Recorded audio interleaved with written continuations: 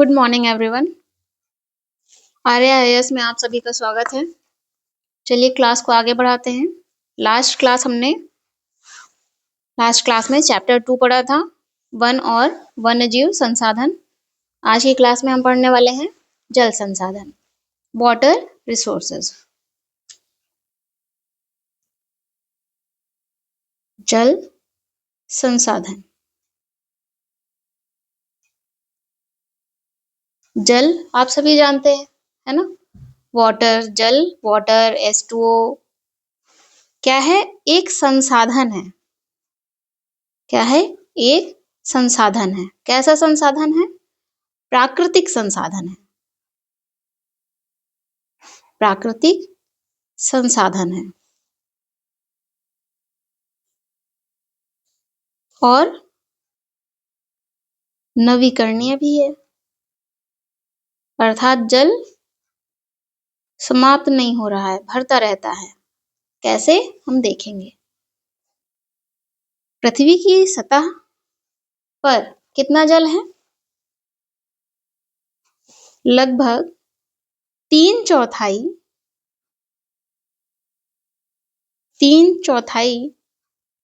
सतह जल से ढकी हुई है। किसकी? पृथ्वी की। पृथ्वी की जल से ढकी हुई है।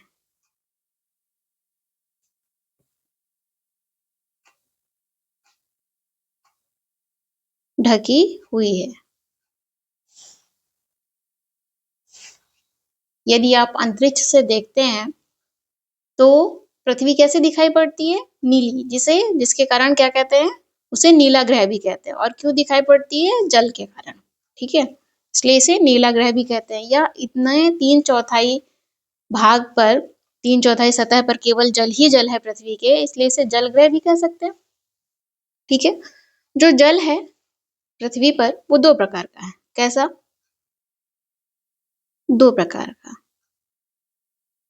एक भाग, ये जो 3/4 सतह पृथ्वी की जल से ढकी हुई है, इसमें आप देखेंगे 2 प्रकार का जल है। एक है लवणीय जल,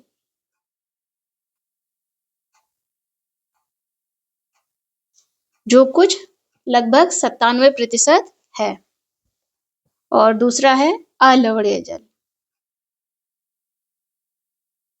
अलवणीय जल दैट इज फ्रेश वाटर। लवणीय सॉल्टी वाटर।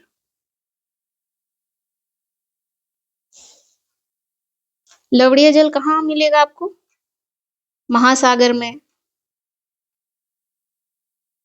समुद्र में। कितना भाग है? लगभग 97%। और महासागर में जो लवणीय जल जिसे कह रहे हैं, तो लवणीय क्यों कह रहे हैं? क्योंकि इसमें लवण पाए जाते हैं ना, जैसे सोडियम क्लोराइड। घर में जो खाने वाला नमक है वो क्या है? Sodium chloride. नमक की मात्रा इसमें अधिक पाई जाती है। तो जो लवणीय जल है इसकी मात्रा सबसे अधिक है, आप प्रतिशत से देख सकते हैं। वहीं जो फ्रेश वाटर है, अलवणीय जल है, ये बहुत कम है, पृथ्वी की सतह पर बहुत कम है।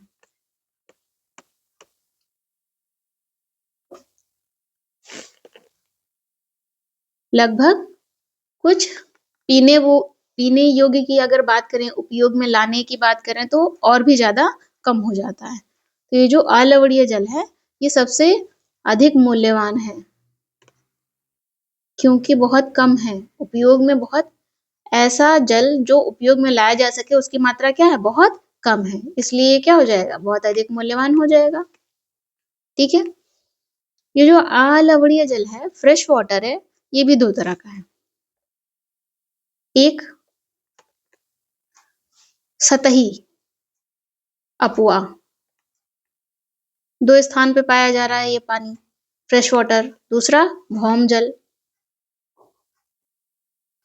सतही अपुआ, जो पानी, जो जल सतह पर पाया जाता है, पृथ्वी की सतह पर, जैसे नदी में जो जल है, तालाब में जो जल है, जलाशय में जो जल है, वो क्या? सतही जल है।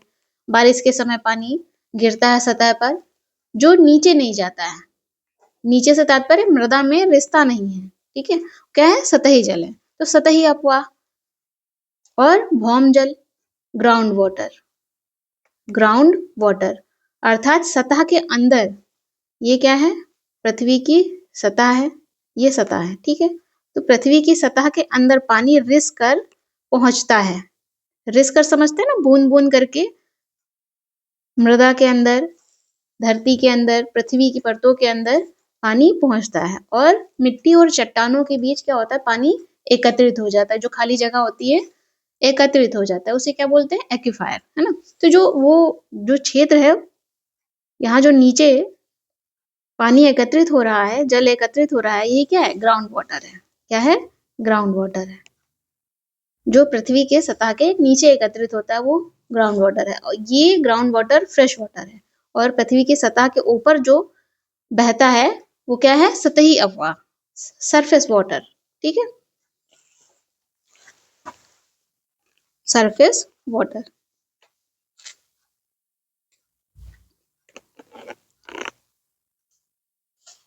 ये सतही अपवाह इस क्लास में हम फ्रेश वाटर पर चर्चा करेंगे। सरफेस वाटर और जो ग्राउंड वाटर है ये भरता रहता है, नवीकरण इसका होता रहता है। और पुनर्भरण, पुनर्भरण से तात्पर्य रिचार्ज होता रहता है, रिचार्ज और रिन्यूड। अब ये कैसे होता है? ये होता है जलीय चक्र से, जलीय चक्र, वाटर साइकिल या हाइड्रोलॉजिकल साइकिल, हाइड्रोलॉजिकल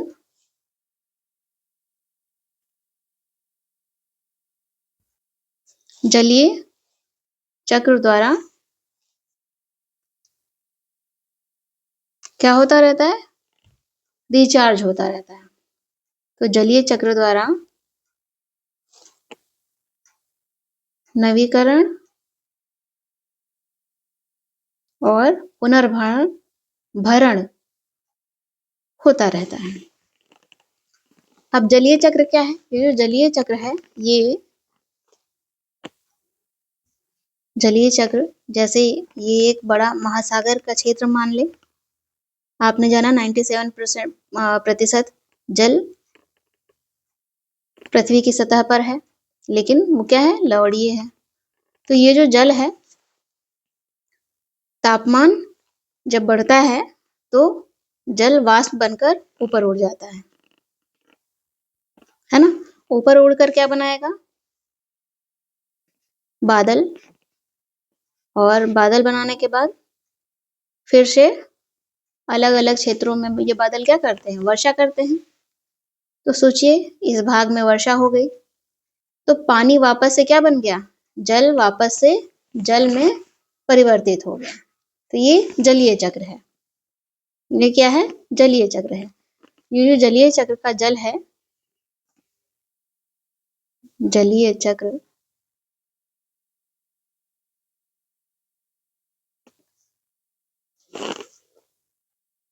जलीय चक्र है। जलीय चक्र का जो जल है वो महासागर, वायुमंडल और धरती के बीच या पृथ्वी के बीच चक्कर लगाता रहता है, चक्कर लगाता रहता है।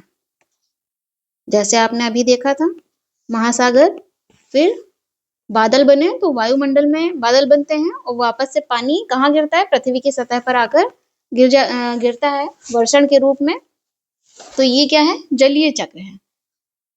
इसके अंतर्गत ये रिचार्ज होता रहता है। तो जल क्या हुआ? जल गतिशील है, जल गतिशील है, जल गतिशील रहता है।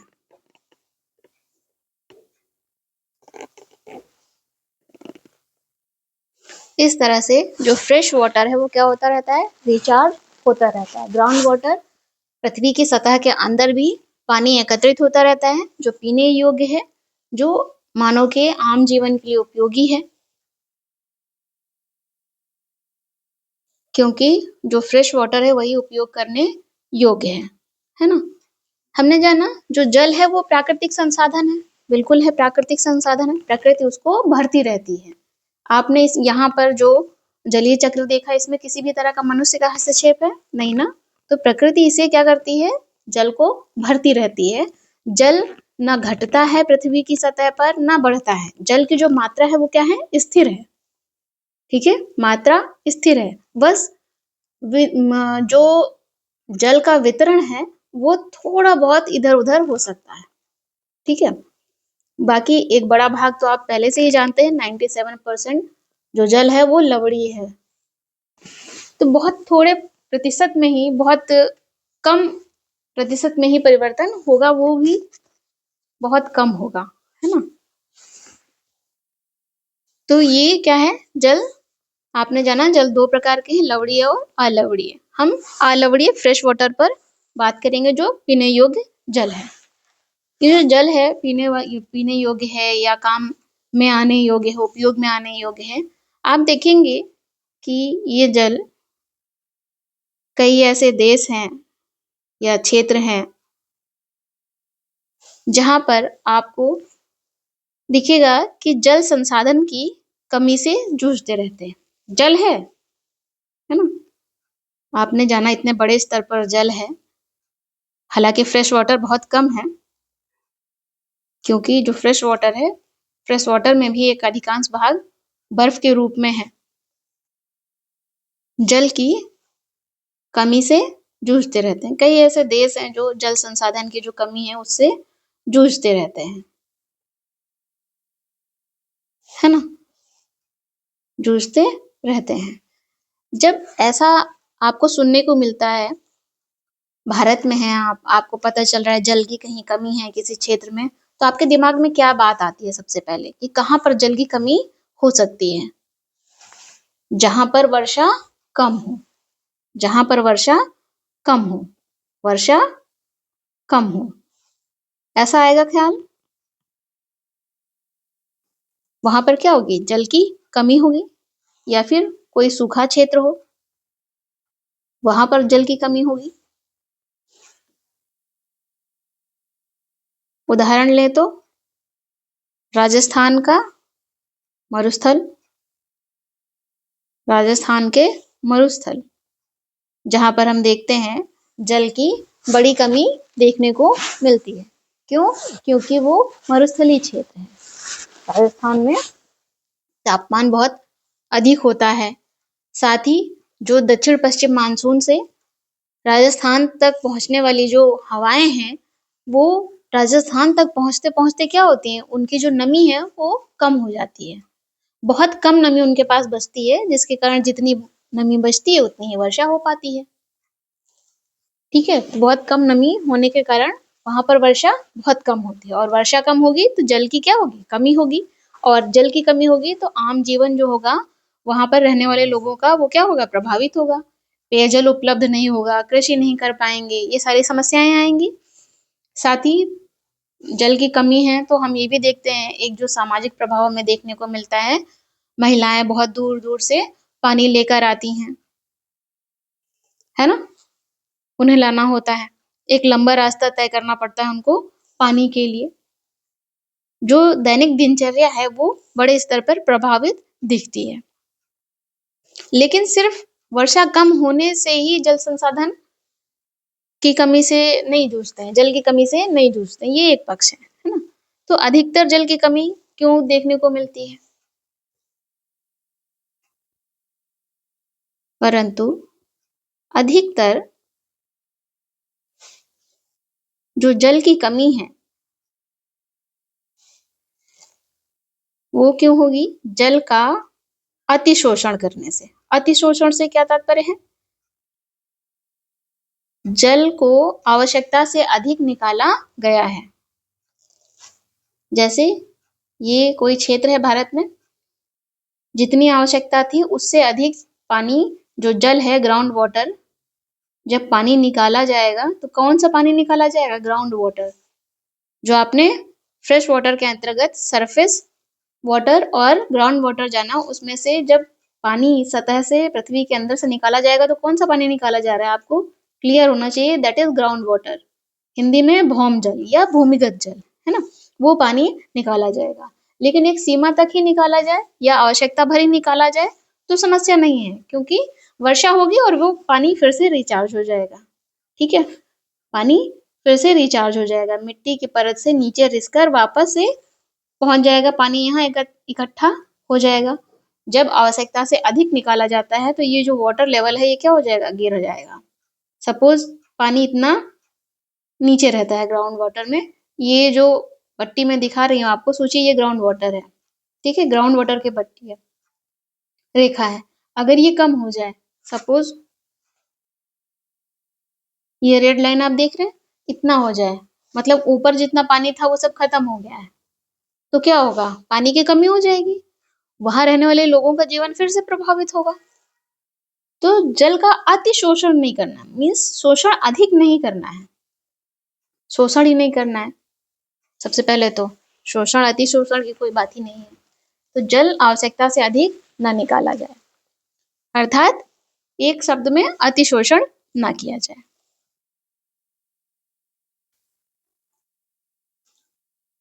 ठीक है, आगे बढ़ते हैं। और जल का जो असमान बंटवारा है, असमान बंटवारे से क्या तात्पर्य है? संपन्न लोगों के पास या धनी वर्ग के पास जल संसाधन की उपलब्धता क्या है? अधिक है, जल संसाधन अधिक है, और वहीं धनी या संपन्न लोगों के अतिरिक्त जितने भी लोग बचते हैं उनके पास जल संसाधन क्या है? कम है। तो शेष जितने भी लोग बचे, धनी लोगों को छोड़कर या संपन्न लोगों को छोड़कर, उनके पास क्या रहेगी? जल की कमी। तो वो जल की कमी से जूझते रहेंगे। तो इस तरह से जल की कमी के कुछ कारण आपने अभी जाने, जैसे कम वर्षा वाले क्षेत्र, जल का अतिशोषण, जल को अधिक निकाला जा रहा है, ग्राउंड वाटर को अधिक उपयोग निकाला जा रहा है, और जल का असमान वितरण या बंटवारा। क्या ऐसा हो सकता है कि जल संसाधन उपलब्ध हो पर फिर भी जल की कमी हो? मीन्स मैं ये कह रही हूँ कि कोई ऐसा क्षेत्र है जहां पर जल उपलब्ध है, क्या है? जल उपलब्ध है, पर्याप्त प्रचुर मात्रा में है, लेकिन फिर भी जल की कमी है। हो सकता है ना? कई लोगों को लग रहा होगा कि ऐसे कैसे हो सकता है जहां पर जल उपलब्ध हो, ये फ्रेश वाटर उपलब्ध है, कोई और जल नहीं है। जिन्हें लग रहा हो कि मैम ये लवड़ी जल होगा इसलिए उपयोग में नहीं लाया जा सकता, नहीं, ये फ्रेश वाटर है, फ्रेश वाटर उपलब्ध है पर्याप्त, लेकिन फिर भी जल की कमी हो। क्या कारण हो सकते हैं?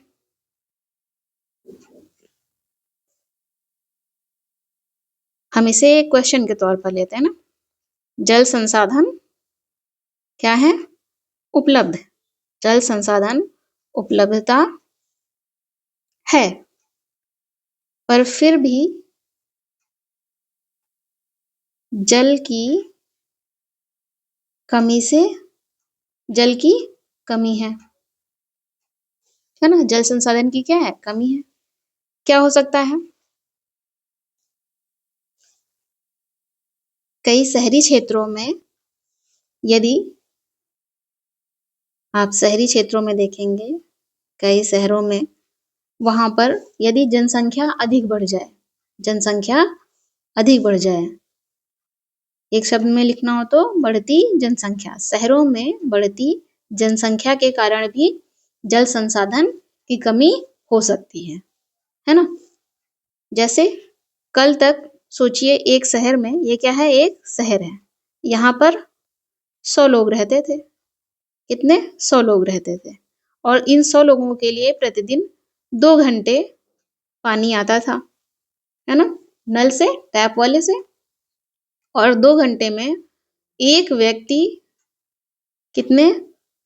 10 लीटर के 10 डिब्बे भर लेता था, 10 लीटर के 10 डिब्बे भर लेता था। ठीक, 10 वर्षों बाद क्या हुआ, जनसंख्या या 5 वर्षों बाद इस शहर की जनसंख्या कितनी हो गई, 200 हो गई। कितनी हो गई, 200 हो गई।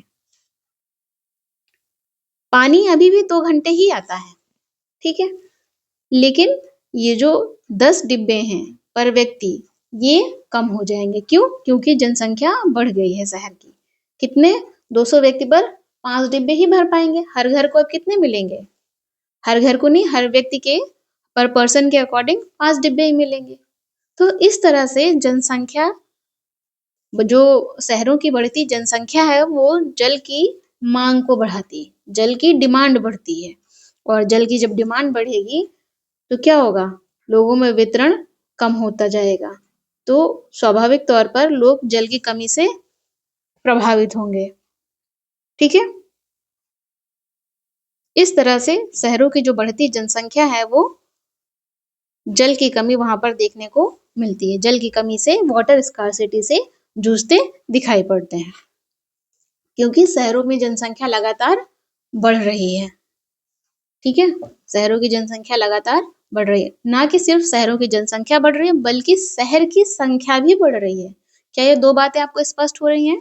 एक, जैसे मान लेते हैं कि 10 साल पहले कितने शहर थे, 35। 10 साल पहले कितने शहर थे, 35। और 10 साल बाद कितने शहर हो गए, 53। ठीक है, कितने हो गए, 53। या सबसे सरल कोई आसान नंबर ले लेते हैं, 70। 2 गुने हो गए, शहरों की संख्या क्या होगी, 2 गुनी हो गई। तो शहरों की संख्या बढ़ेगी और फिर शहर में जनसंख्या बढ़ेगी, तो जल पर जो दबाव है, जो जल संसाधन है, जो फ्रेश वाटर है, उस पर दबाव क्या होगा, लगातार बढ़ेगा, लगातार बढ़ेगा। तो ये कुछ बेसिक बातें हैं जिसे आप याद रखेंगे। चलिए, शहरों की बढ़ती जनसंख्या से क्या परिणाम होगा, परिणाम स्वरूप जल की मांग बढ़ेगी, जल की मांग बढ़ेगी। ठीक है, और एक पक्ष मांग के साथ ये भी रहेगा कि जल का असमान वितरण, जल का असमान वितरण भी देखने को मिलता है। हो सकता है जल का असमान वितरण भी हो सकता है शहरों में। असमान वितरण के कारण भी शहरों में जल की कमी हो सकती है। तो जल की कमी कैसे हो सकती है शहरों में, आपने ये जाना। एक तो बढ़ती जनसंख्या, दूसरा असमान वितरण। लेकिन जो जल है, जो वाटर है, जो जल संसाधन है, क्या केवल पीने के लिए या शहरों की जनसंख्या के लिए ही है, सिर्फ जनसंख्या के लिए ही, उपयोग करने के लिए ही है? नहीं ना, और भी तो काम है। कौन से काम है? जैसे अनाज उगाने के लिए, मीन्स कृषि करने के लिए। तो जल सिर्फ जनसंख्या के लिए नहीं है, जो फ्रेश वाटर है सिर्फ जनसंख्या के लिए नहीं है, बल्कि अनाज उगाने के लिए है, या बल्कि कृषि करने के लिए है। कृषि करने के लिए भी तो जल की आवश्यकता होती है। कृषि करने के लिए भी चाहिए, है ना, कृषि करने के लिए चाहिए। क्यों चाहिए? क्योंकि कृषि जब करते हैं, कोई फसल लगाई जाती है किसी भी कृषि क्षेत्र में, जिसे आप स्थानीय तौर पर क्या कहते हैं, खेत कहते हैं, है ना।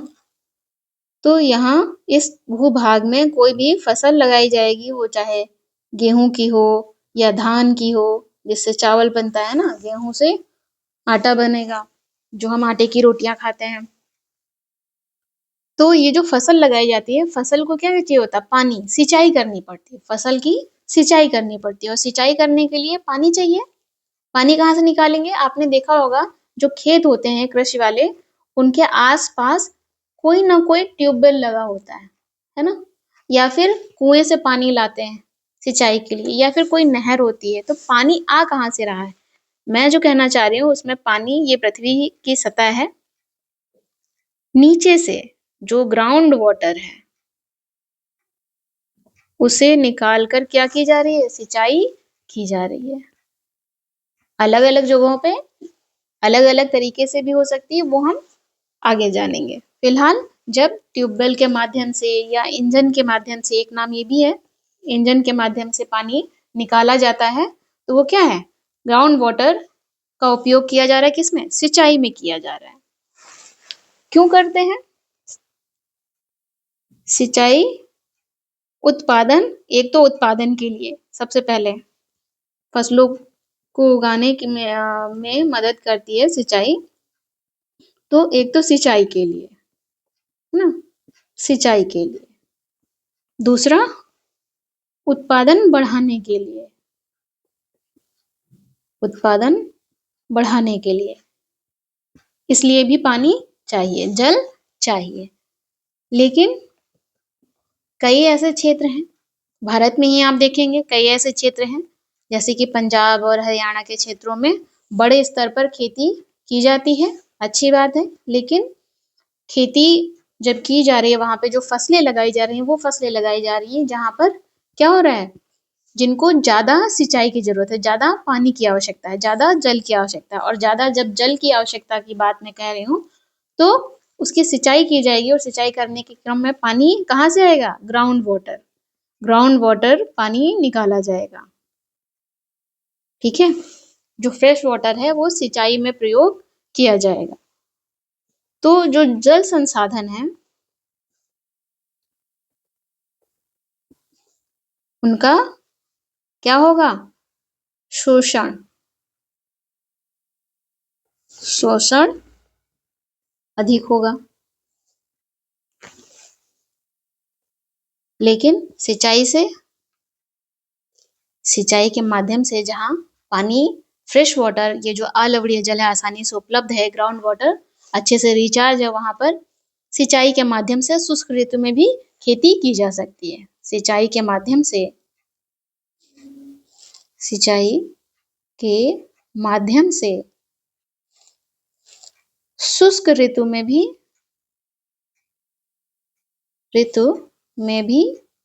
क्या की जा सकती है? खेती की जा सकती है ना। जबकि जो सूखा वाले क्षेत्र हैं और जो शुष्क कृषि वाले शुष्क क्षेत्र हैं, वहां पर कौन सी फसलें लगानी चाहिए? वो फसलें जो शुष्कता को सहन कर सके, अर्थात पानी की आवश्यकता कम हो, ऐसी फसलें लगानी चाहिए जिनको पानी की आवश्यकता कम हो। ठीक है, आपने देखा होगा बहुत से किसानों के खेतों पर अपने निजी कुएं या नलकूप होते हैं, जो सिंचाई करके क्या करते हैं? उत्पादन बढ़ाते हैं। समस्या क्या आती है? आपने पहले ही जान लिया, ग्राउंड वाटर लेवल क्या हो जाता है? बहुत नीचे गिर जाता है। ग्राउंड वाटर लेवल, भौम जल स्तर बहुत नीचे गिर जाएगा, तो जल की कमी होगी, और जल की कमी होने से, आप जब जल की कमी हो गई, ग्राउंड वाटर नीचे गिर गया, तो क्या होगा? जल, अब फसलों के लिए जल उपलब्ध नहीं होगा। जिस जिस जल की मदद से सिंचाई की जा रही थी खेतों की, अब वो नहीं हो पाएगा। जब खेतों में फसलें नहीं होंगी तो क्या संकट में हो जाएगा? जल की कमी से सिंचाई नहीं हो पा रही, जल में कमी हुई तो क्या हुआ? सिंचाई नहीं हो पा रही है, और सिंचाई नहीं हो रही है तो फसल उत्पादन नहीं होगा, फसल उत्पादन नहीं होगा तो खाद्यान्न संकट होगा, मतलब फूड सिक्योरिटी क्या होगी? खतरे में पड़ सकती है। तो आप एक लिंक समझने की कोशिश करिए कि यदि जल का शोषण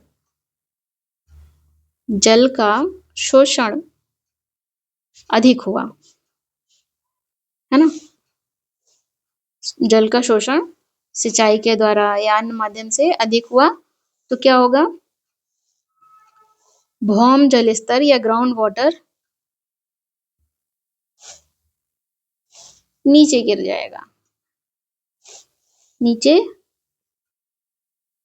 गिर सकता है, और गिरेगा तो नीचे गिरेगा, सकता की क्या बात है, नीचे गिरेगा।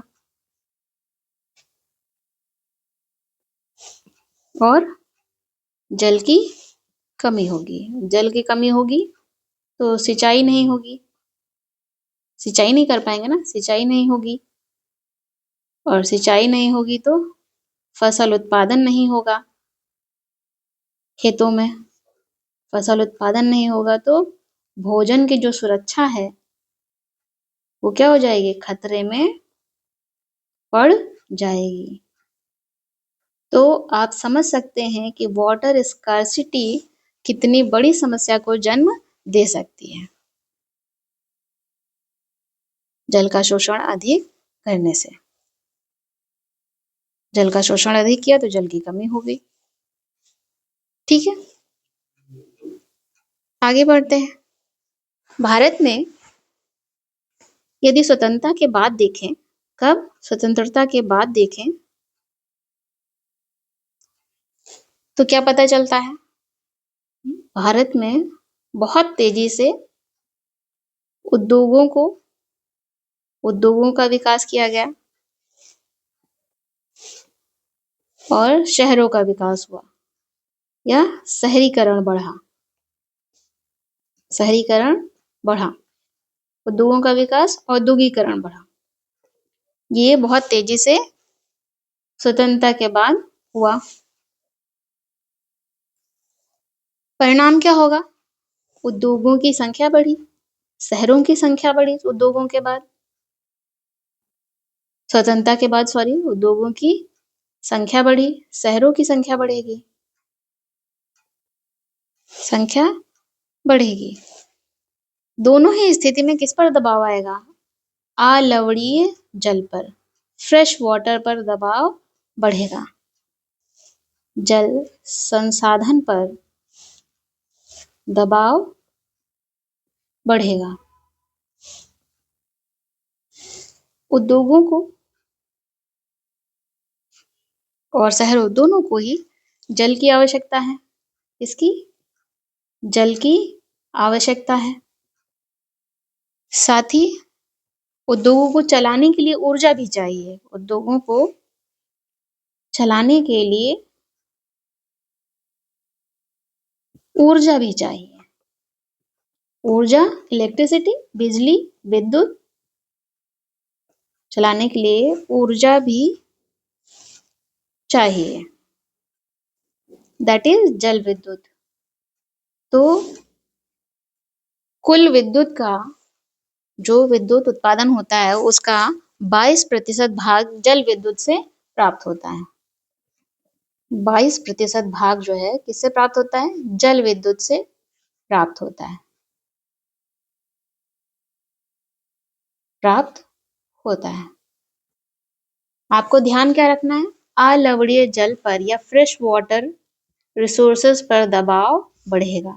उद्योगों की संख्या बढ़े, शहरी जनसंख्या बढ़े, शहरों की संख्या बढ़े, इन तीनों ही स्थितियों में क्या होगा, फ्रेश वाटर रिसोर्सेज पर दबाव बढ़ेगा। ठीक है, और जब दबाव बढ़ेगा तो जैसे उद्योगों को अधिक जल की आवश्यकता होती है, शहरों में दबाव बढ़ने पर क्या होगा, जल की कमी होगी। ये सारी स्थितियां देखने को मिलेंगी। और आपने ये पहले ही जान लिया कि जो शहरों की बढ़ती जनसंख्या है, संख्या है, जो शहरी जीवन शैली है, उसके कारण जो है जल और ऊर्जा की आवश्यकता बढ़ती जाती है ना। लिख देते हैं, शहरी संख्या और शहरी जनसंख्या, साथ ही शहरी जीवन शैली, कई कारण हो गए शहरी जीवन शैली।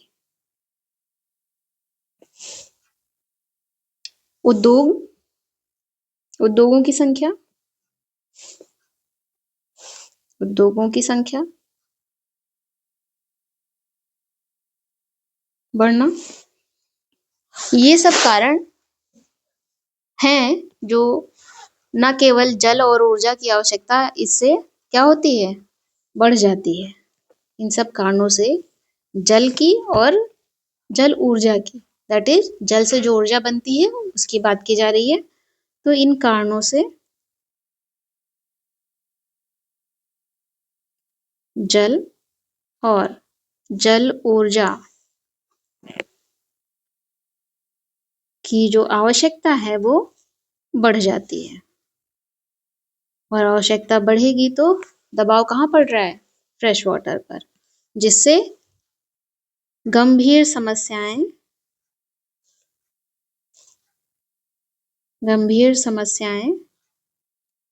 दिखाई पड़ेंगी, जल की कमी से जुड़ी हुई।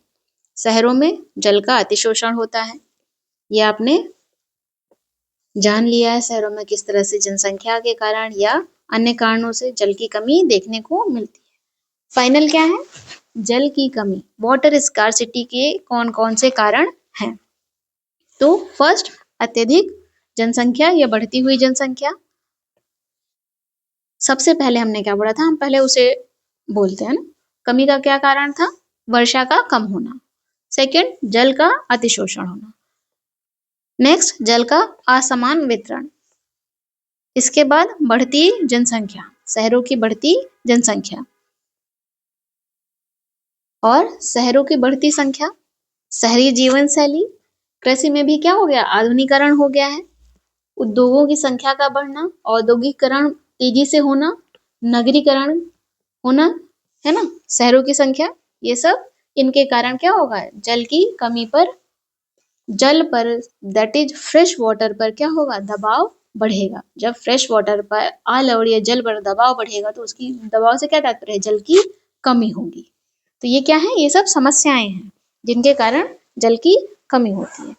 अभी तक जितने कारण जाने आपने जल की कमी के, वो सभी क्या थे? मात्रात्मक कारण थे।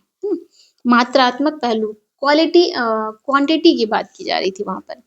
लेकिन जल, ऐसा भी तो हो सकता है कि जल उपलब्ध हो, जैसे हमने कहा था। अब हम जल की क्वालिटी पर बात करते हैं। जल की क्वालिटी पर बात करते हैं। क्वालिटी, जल की क्वालिटी मीन्स की जल की खराब गुणवत्ता। जल की खराब गुणवत्ता के कारण, खराब गुणवत्ता के कारण क्या हो सकता है? जल की कमी हो सकती है। कैसे? के कारण जल की कमी हो सकती है ना, वाटर स्कार्सिटी हो सकती है। खराब गुणवत्ता से तात्पर्य क्या है? जैसे आपने गंगा नदी को देखा है कि कानपुर से लेकर आगे प्रयागराज, बनारस तक आप देखते हैं कि गंगा क्या है? बहुत प्रदूषित है नदी, है ना। या गंगा के अलावा और भी कई नदियां हैं जो काफी प्रदूषित हैं, और छोटी छोटी नदियां तो नालियों में तब्दील हो गई हैं। क्यों तब्दील हो गई हैं? घरेलू और औद्योगिक अपशिष्ट रसायन, उद्योगों से निकलने वाला जो जहरीला रसायन है वो नदी में जाकर मिल जाता है। कीटनाशक है, कृषि में प्रयुक्त जो उर्वरक हैं, ये भी पानी को क्या करते हैं? पानी की जो गुणवत्ता है उसे, जल की जो गुणवत्ता है वो को कम करते हैं। तो एक एक करके लिख लें।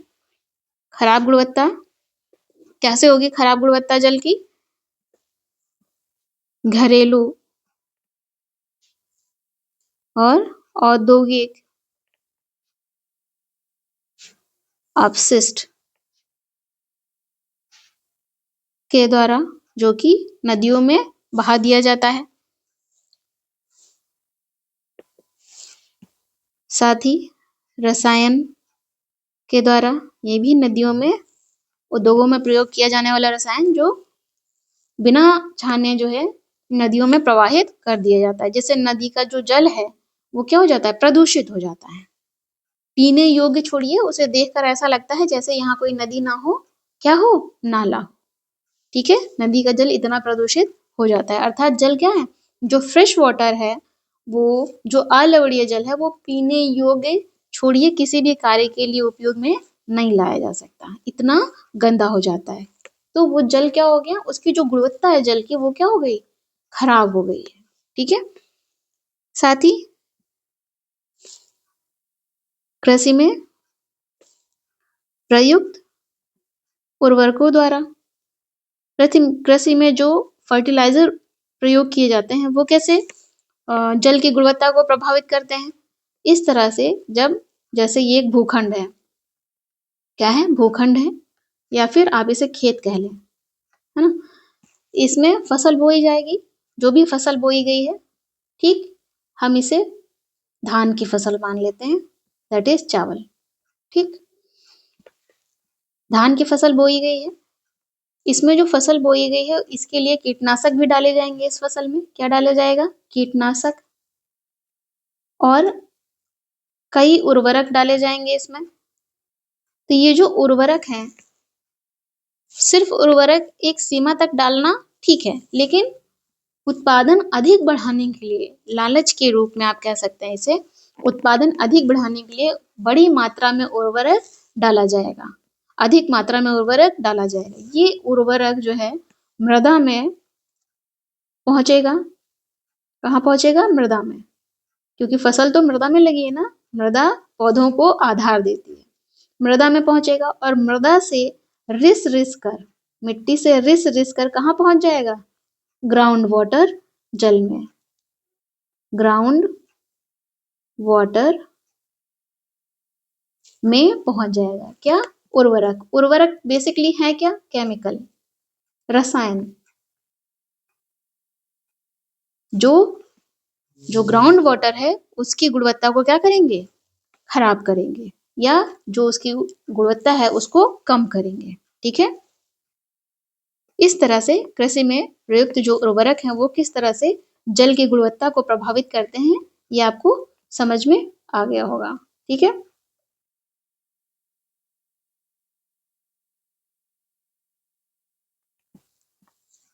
चलिए,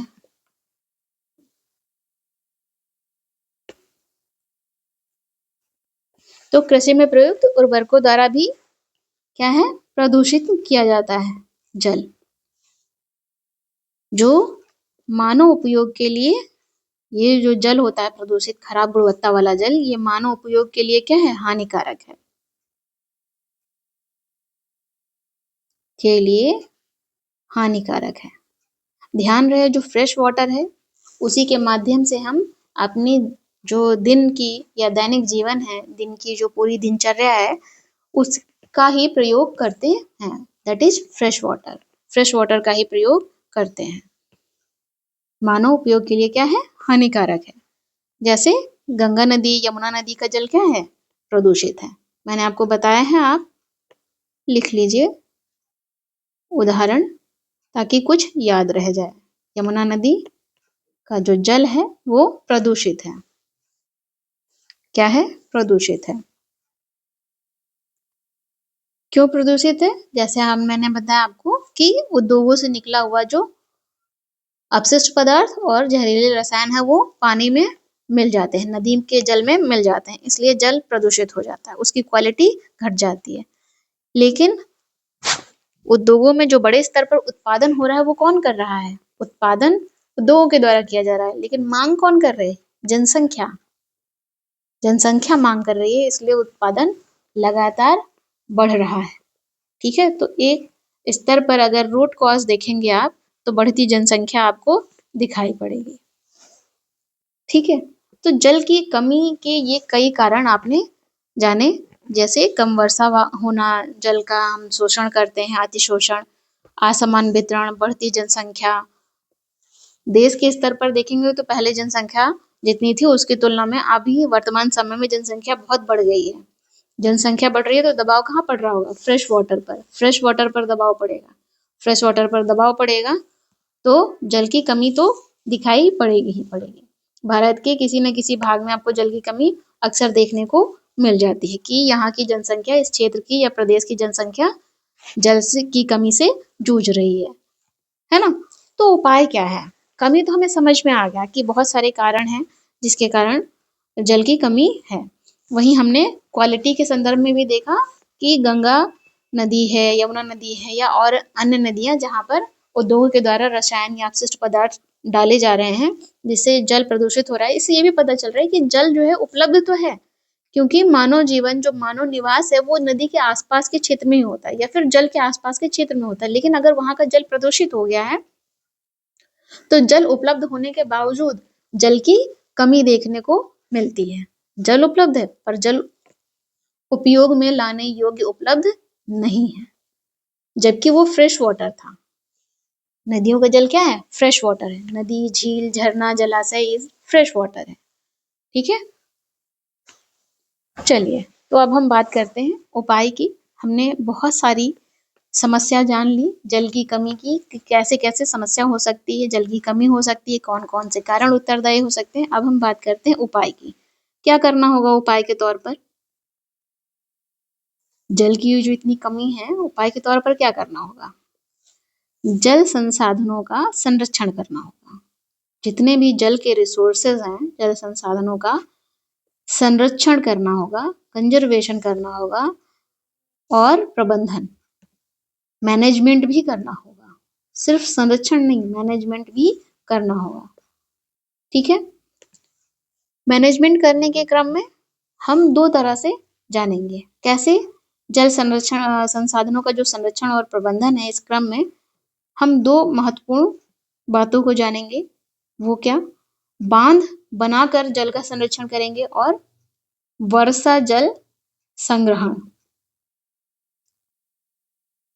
जल का संरक्षण करना है ना, यहाँ पर संग्रहण होगा, दैट इज एकत्रित किया जाएगा जल को। कौन सा? वर्षा जल। बांध बनाकर जल को रोका जाएगा। संसाधनों का, जल संसाधनों का क्या किया जाएगा? संरक्षण किया जाएगा, है ना। और जो जल संसाधनों से, जैसे क्वालिटी की बात आपने अभी जानी कि जल प्रदूषित हो जाता है, जो गुणवत्ता खराब हो जाती है, ऐसी स्थिति में स्वयं को स्वास्थ्य संबंधी खतरों से बचाएं। यदि वो जल किसी भी परिस्थिति में कोई भी प्रजाति पी रही है तो उससे क्या होगा? स्वास्थ्य संबंधी समस्याएं उत्पन्न होंगी। तो उनसे क्या करना है? खुद को बचाना है। चलिए आगे बढ़ते हैं। जल संसाधनों के संरक्षण के क्रम में हम दो टॉपिक्स पढ़ेंगे संरक्षण के लिए। एक है बांध, दूसरा है वर्षा जल संग्रहण। तो बांध से शुरुआत करते हैं। बांध को, दैट इज डैम, डैम के माध्यम से, बांध के माध्यम से क्या किया जाएगा? जल को संरक्षित करेंगे, है ना। बांध, क्या ये आज की अवधारणा है? मीन्स आज के समय की बात है कि हम बांध बना रहे हैं और जल को संरक्षित कर रहे हैं? क्या पहले कभी नहीं होता था? तो अगर हम अतीत में देखेंगे, प्राचीन समय में, तो पाएंगे कि सिंचाई के लिए, इसके सिंचाई के लिए बांध बनाए जाते थे। कैसे? पत्थर और मलबे की मदद से। पत्थर और मलबे की मदद से, मलबे की मदद से बांध बनाए जाते थे, है ना। इस तरफ से पत्थर पत्थर पत्थर पत्थर पत्थर पत्थर, यहाँ पे बीच बीच में मलबा भर दिया, है ना। और इस तरफ से भी सेम प्रोसेस किया।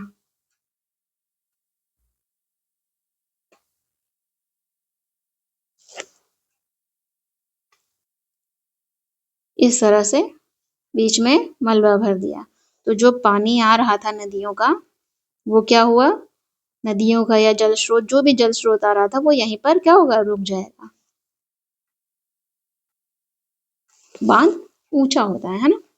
एक संरचना जो ऊपर इस तरह से आप देखेंगे, फिर नीचे पानी ऐसे ढलान से उतरता है ना, तो ये जो भाग है, ये बांध ऊंचा बनाया जाता है।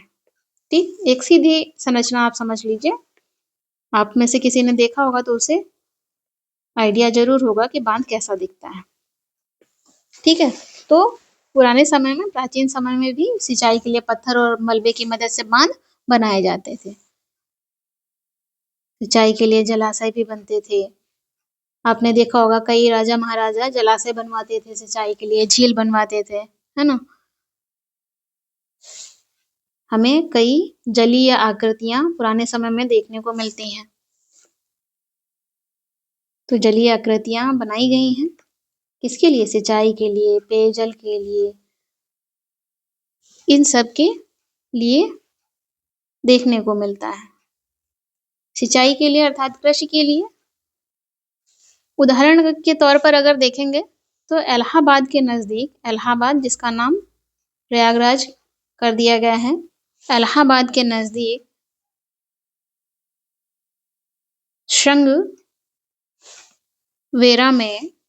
शृंगवेरा एक स्थल है। यहाँ पर गंगा नदी के बाढ़ के जल को संरक्षित करने के लिए एक जल संग्रहण तंत्र बनाया गया था। शृंगवेरा में जल को संग्रह करने वाली एक व्यवस्था यहाँ पर डेवलप की गई थी, बनाया गया था। कब? ईसा से 1 शताब्दी पहले। ईसा से 1 शताब्दी पहले। ईसा जानते हैं, ईसा मसीह का जन्म है ना। ईसा से 1 शताब्दी पहले, 100 साल पहले ये बनाया गया था। तो ये प्राचीन समय में आपको उदाहरण देखने को मिलता है। तो बांध ऐसा नहीं कि आज की हमने खोज की है, हाँ आज बनाना शुरू किया, पहले भी बांध बनते थे, जैसी जरूरत वैसे बनते थे। अभी बहुत बड़े बड़े बन रहे हैं, उस समय शायद थोड़े छोटे बनते रहे होंगे, बस इतनी सी बात है, लेकिन बनते थे। ठीक है। और आप देखेंगे अन्य उदाहरण को, जैसे चंद्रगुप्त मौर्य ने क्या किया था, कई सारे बांध बनवाए। चंद्रगुप्त मौर्य याद आया, मौर्य साम्राज्य से हैं। मौर्य साम्राज्य की नींव रखी थी, बांध बनवाए, झील बनवाए, सिंचाई तंत्रों का निर्माण करवाया, है ना। इसके अतिरिक्त इतिहास में देखेंगे तो कलिंग कहाँ है? ओडिशा में। कलिंग का युद्ध विश्व के 10 प्रसिद्ध युद्धों में से एक है, जो अशोका ने लड़ा था, सम्राट अशोक। इसके अतिरिक्त नागार्जुन कोंडा कहाँ पर है? आंध्र प्रदेश में।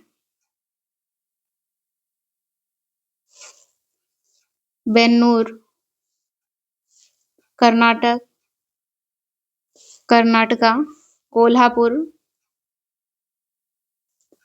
महाराष्ट्र।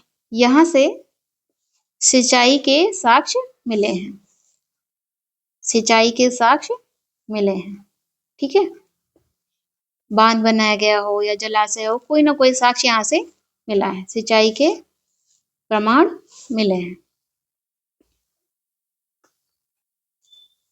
हम 11वीं शताब्दी में जब देखते हैं, ये सब उदाहरण है अतीत के, है ना, कैसे जो जल है, जल संसाधन का संरक्षण किया गया है। प्राचीन समय में जल संसाधन के संरक्षण के लिए हम देख रहे हैं उदाहरणों को, जैसे सबसे बड़ी कृत्रिम झील,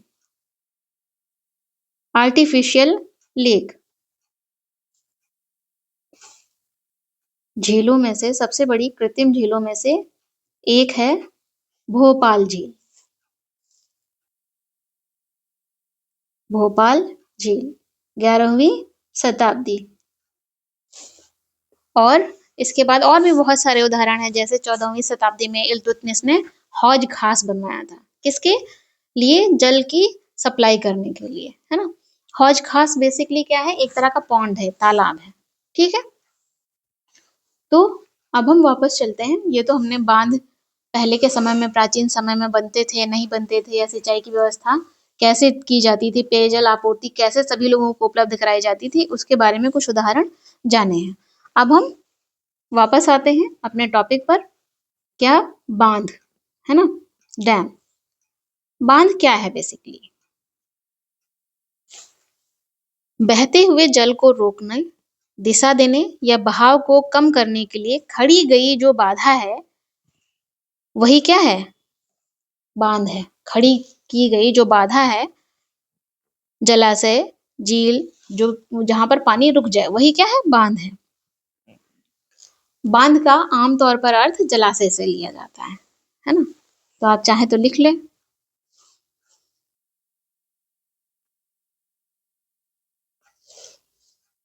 बहते हुए जल को रोकने दिशा देने या बहाव को कम करने के लिए खड़ी की गई बाधा है, जो आमतौर पर जलाशय, झील अथवा जलभरण बनाती है। जो आमतौर पर जलाशय, झील अथवा जलभरण बनाती है ना।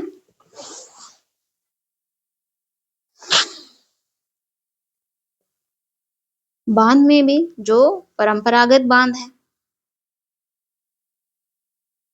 परंपरागत बांध है, परंपरागत बांध जो हैं वो नदियां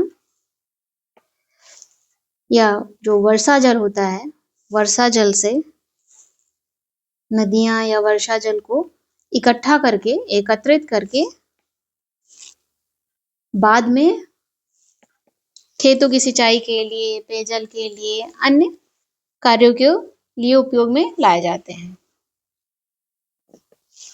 खेतों की सिंचाई के लिए उपलब्ध करवाते थे परंपरागत बांध जो थे। लेकिन जो आधुनिक बांध हैं, पुराने समय में जो बांध बनते थे वो कुछ ऐसे थे। खेतों की सिंचाई के लिए जल उपलब्ध करवाते थे। नदियों में एक बाधा खड़ी कर दी गई बहते हुए जल से, जैसे ये जल बहता हुआ जल आ रहा है और यहाँ पे एक बाधा खड़ी कर दी गई तो जल रुक गया। अब यहाँ से जल को खेतों तक पहुंचाया जाएगा, किस लिए? सिंचाई के लिए। ठीक है।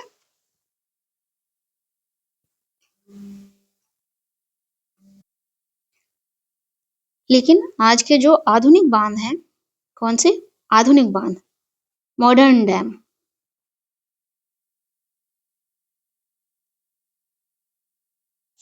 वो सिर्फ सिंचाई के लिए नहीं बनाए जाते हैं। आधुनिक बांध सिर्फ सिंचाई के लिए नहीं बनाए जाते हैं।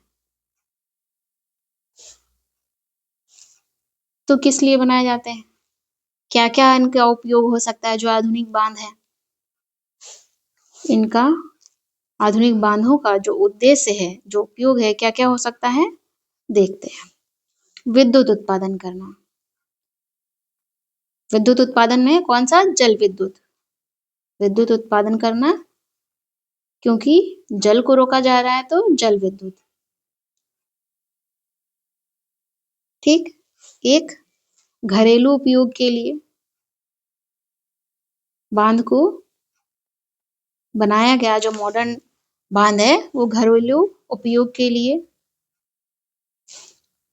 औद्योगिक उपयोग के लिए, उद्योगों को जल की आवश्यकता होती है ना, औद्योगिक उपयोग के लिए,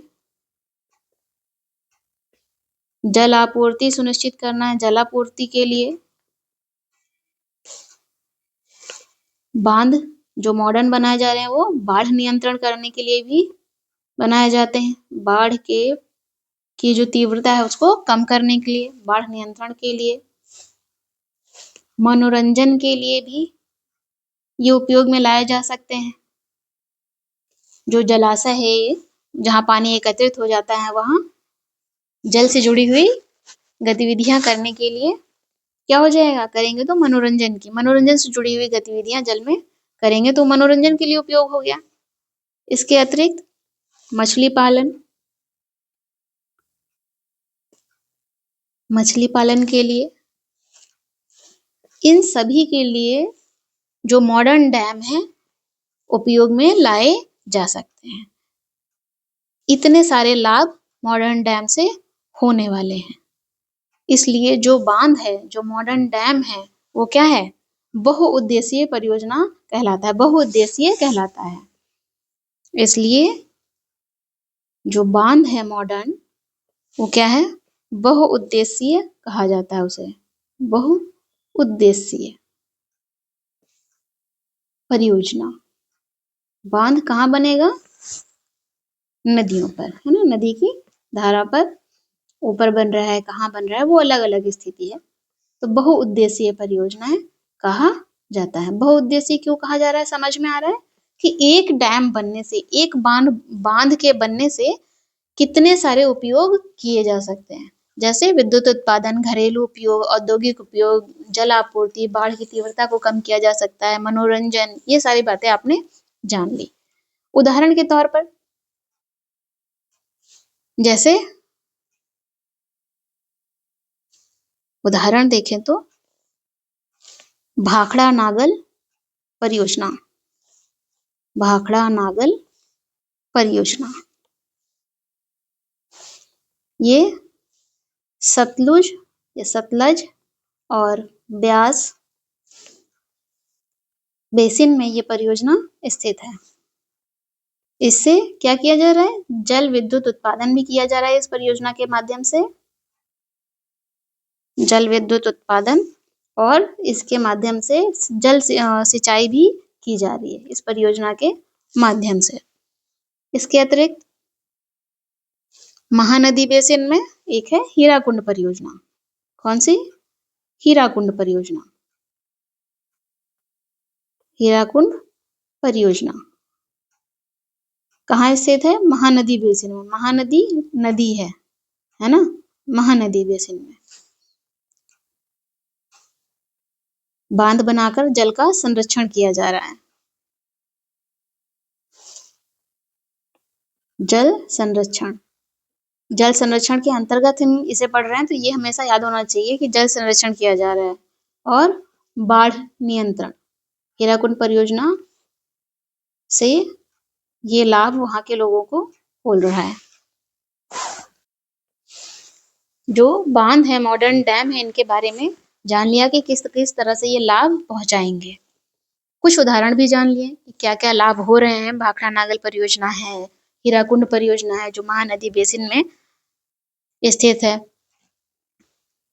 अगर आप स्वतंत्रता के बाद देखेंगे भारत में, तो बहुत सारी बहुउद्देशीय परियोजनाएं लागू की गई। पंचवर्षीय योजनाओं के अंतर्गत बहुत सारी बहुउद्देशीय परियोजनाएं लागू की गई। कब? स्वतंत्रता के बाद। ये सब भारत में ही है। कुछ बच्चों को कंफ्यूजन होने लगता है, इसलिए याद दिला रही हूँ। बहुउद्देशीय परियोजनाएं, जब बहुउद्देशीय परियोजनाओं की बात की जाए तो समझ आ जाना चाहिए किसकी बात की जा रही है ना? लागू की गई। ये जो बांध है, डैम, इसे जवाहरलाल नेहरू तत्कालीन प्रधानमंत्री क्या कहते थे? आधुनिक भारत का मंदिर। ये प्रश्न बहुत पूछा जाता है। आधुनिक भारत का मंदिर कहते थे। जो मॉडर्न डैम है उन्हें आधुनिक भारत का मंदिर कहते थे। क्यों कहते थे आधुनिक भारत का मंदिर? आपने अभी थोड़ी देर पहले ही मॉडर्न डैम के बहुत सारे लाभ जाने, बहुत सारे उपयोग जाने, है ना? इन सब कारणों को, इन सभी उपयोग को ध्यान में रखें तो आपको समझ आ जाएगा कि तत्कालीन प्रधानमंत्री जवाहरलाल नेहरू आधुनिक डैम को, आधुनिक बांध को आधुनिक भारत का मंदिर क्यों कहते थे। क्योंकि इससे विकास होगा। कैसा विकास? कृषि अर्थव्यवस्था अच्छी होगी, ग्रामीण अर्थव्यवस्था अच्छी होगी, औद्योगिक उद्योगों का विकास अच्छे से होगा, नगरीय अर्थव्यवस्था अच्छी होगी। तो जब इन सभी स्तरों पर विकास होगा तो देश अपने आप विकास करेगा ना। बिल्कुल। इसलिए बांध को, जो मॉडर्न डैम है, उन्हें जवाहरलाल नेहरू क्या कहते थे? आधुनिक भारत का मंदिर कहते थे। ये जो बहुउद्देशीय परियोजनाएं हैं, ये लागू हुई। कहाँ बनेंगी? पहले से आपको मालूम है, नदियों पर। नदियों पर बांध बनेगा ना, नदियों पर बांध बनेगा। हमने बांध के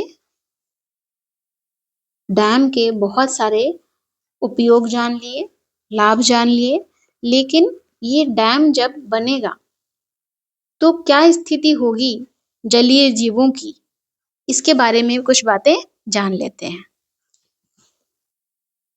ये क्या है? नदी है।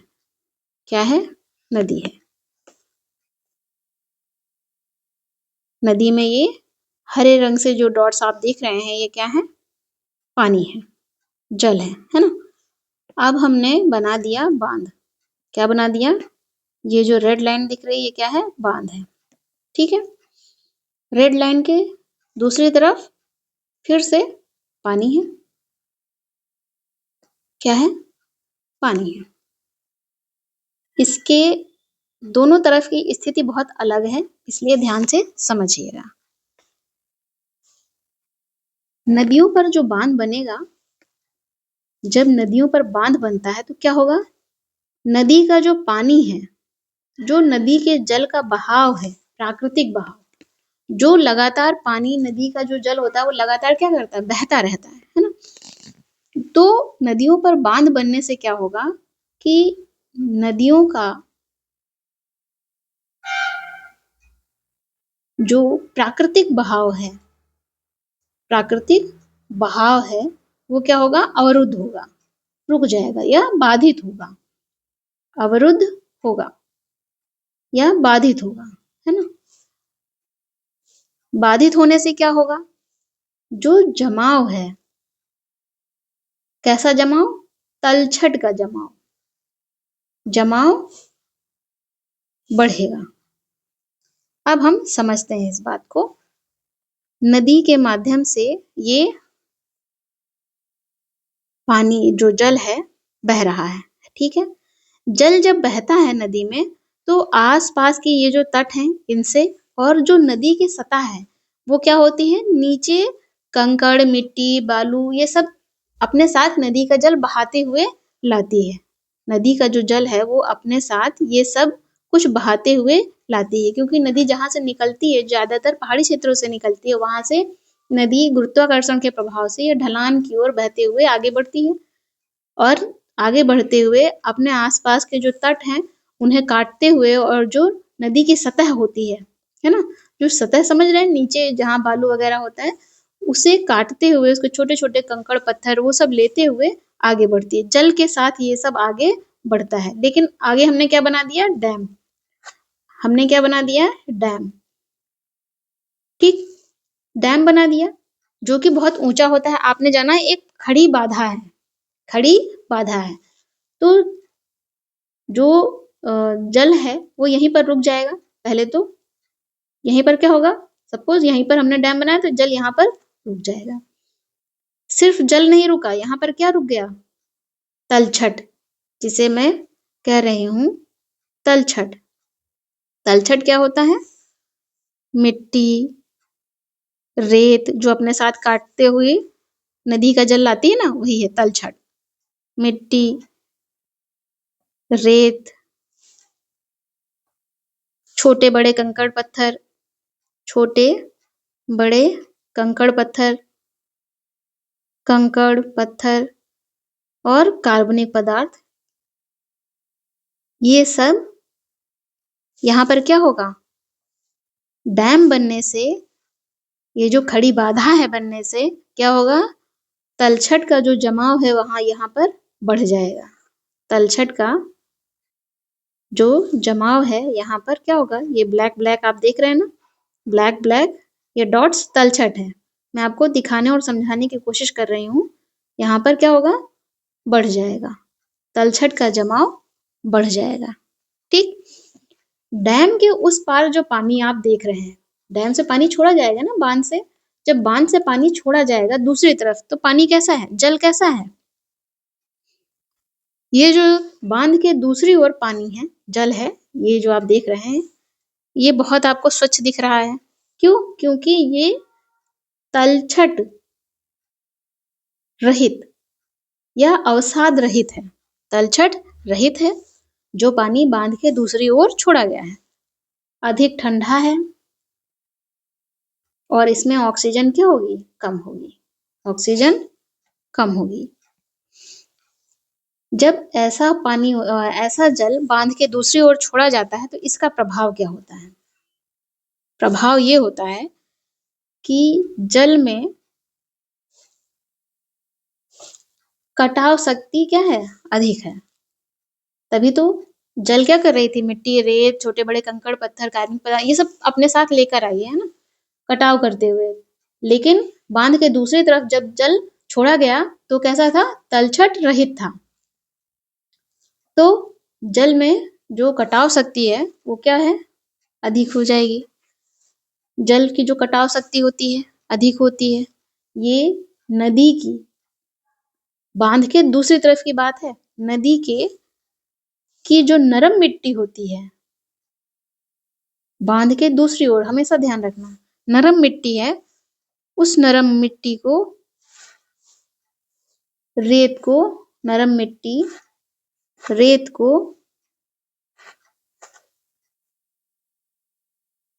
को काट कर क्या करेगी? बहा ले जाती है, बहा ले जाएगी। ठीक, तो नदी की जो नरम मिट्टी है, ऊपर की जो मुलायम परत होती है, ऊपर की नदी की जो नरम मिट्टी है, वो जो उसके ऊपर की मुलायम परत है, वो क्या हो गई? हट गई। मुलायम परत हट जाती है, परत हट जाती है। और जब मुलायम परत हट जाती है नदी की सतह की, तो क्या होगा? मुलायम परत हटने के बाद क्या है? नीचे की कठोर चट्टान उजागर हो जाती है, बाहर दिखने लगती है। अगर आपने से किसी ने भी डैम के दूसरी तरफ देखा होगा तो आपको देखने को ऐसा लगेगा जैसे वो क्षेत्र नदी का, जहां से नदी का ही पानी, ये डैम का पानी छोड़ा जा रहा है, वहां पर चट्टान है। ठीक है, तो बाहर दिखने लगती है। इसलिए नदी का जो तल है क्या हो जाता है? अधिक चट्टानी हो जाता है। नदी का तल अधिक चट्टानी हो जाता है।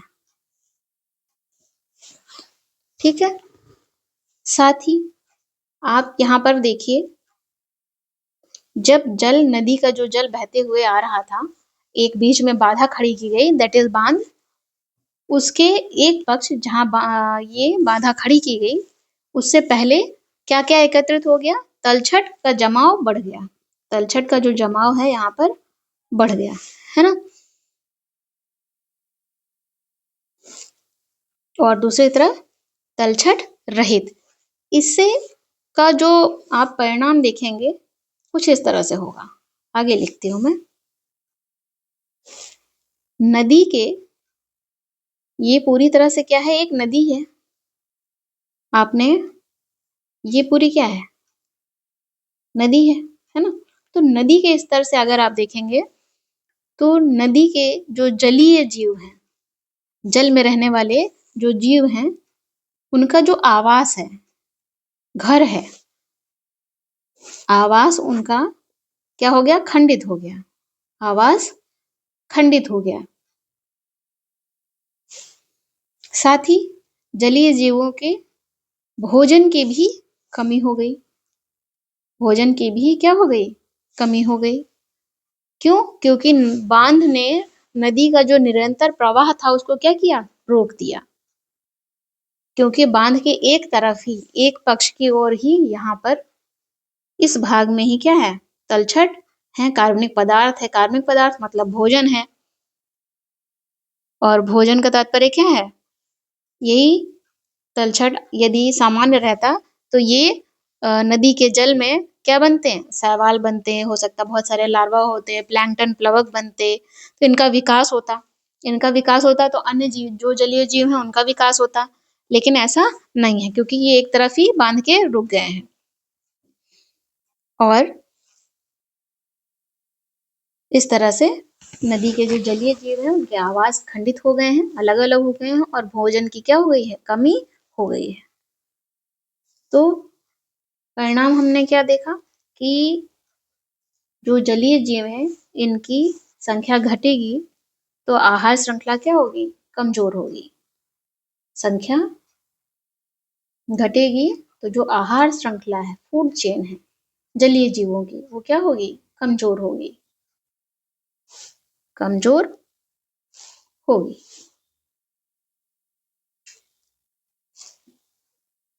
ठीक है। और बाढ़ के मैदान के क्षेत्र में भी क्या किया जाता है? जलाशय पहले से ही, जैसे कोई जगह खुदाई कर दी गई तो बाढ़ का पानी आया तो इसमें एकत्रित हो गया, है ना। तो जलाशय द्वारा बाढ़ के मैदान में बनाए जाने वाले जो जलाशय होते हैं वो वनस्पति और मिट्टी उनकी क्या होती है? जल में डूब जाती है। बाद में वो उसी में क्या होंगे? अपघटित हो जाएंगे। ठीक। ये बाढ़ के संदर्भ में था। अब मैं आपको बताना चाह रही हूँ यहाँ पर जो ये खड़ी बाधा है ना, नदी में जिसे बांध कहते हैं, इसी भूभाग में, इसी क्षेत्र में यहाँ पर इसी क्षेत्र में मछली पालन बड़े स्तर पर किया जा सकता है। ये येलो लाइन दिख रही है ना, क्या कर सकते हैं? आपने जो बहुत सारे उपयोग पढ़े थे, यहाँ पर मछली पालन किया जा सकता है। नहीं दिख रहा है ये कलर? कोई बात नहीं, है ना। मछली पालन किया जा सकता है। आपने बहुत सारे अभी लाभ जाने ही हैं। पर्यटन स्थल भी बन सकता है ये भाग, बांध को देखने के लिए, डैम्स को देखने के लिए, क्योंकि डैम इतने बड़े बड़े होते हैं, इनकी संरचना बहुत अलग होती है जो आकर्षक भी लगती है, उन्हें देखने के लिए भी लोग जाते हैं, तो एक पर्यटन स्थल भी बन सकता है। तो इस तरह से जो मॉडर्न डैम है वो किस तरह से लाभ पहुंचाते हैं ये आपने जान लिया, लेकिन जब एक बांध बनता है तो किस तरह से जलीय जीवों को नुकसान होता है ये भी आपने जान लिया। क्यों नुकसान हो रहा है ये भी आपने जान लिया। यहाँ पर ये आपने लिखा है ना, तलछट का जमाव अधिक होगा तो इस क्षेत्र में आप क्या कर लीजिए? मछली पालन कर लीजिए, क्योंकि भोजन उपलब्ध है आसानी से और बहुत सारा। ठीक है, आपने ये सारी बातें बांध के संदर्भ में जान ली। अब हम कुछ अन्य बातों को जानते हैं, जैसे कि जो बड़े बड़े बांध हैं या कुछ जो बहुत बड़ी बड़ी बहुउद्देशीय परियोजनाएं हैं उनको लेकर समस्याएं हुई हैं, है ना। ये समस्या भी तो हो सकती है ना, बड़े बड़े बांध, ये बहुउद्देशीय परियोजनाएं, क्या क्या देखने को मिलता है। जैसे अभी आपने जाना था जलीय जीवों को किस तरह से समस्या होती है, जहाँ एक तरफ लाभ है वहीं दूसरी तरफ नुकसान भी देखने को मिलता है। तो सबसे पहले नर्मदा बचाओ आंदोलन। नर्मदा क्या है? नदी है जो पश्चिम की ओर बहते हुए अरब सागर में गिरती है। तो नर्मदा बचाओ आंदोलन, बचाओ आंदोलन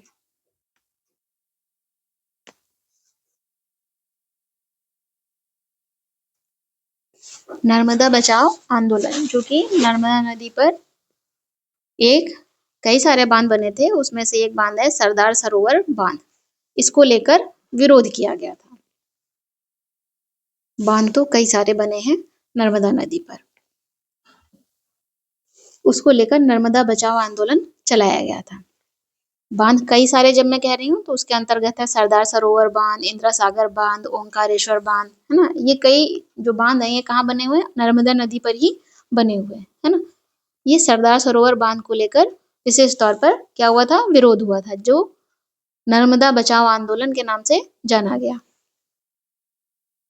क्यों हो रहा था विरोध? विरोध इसलिए हो रहा था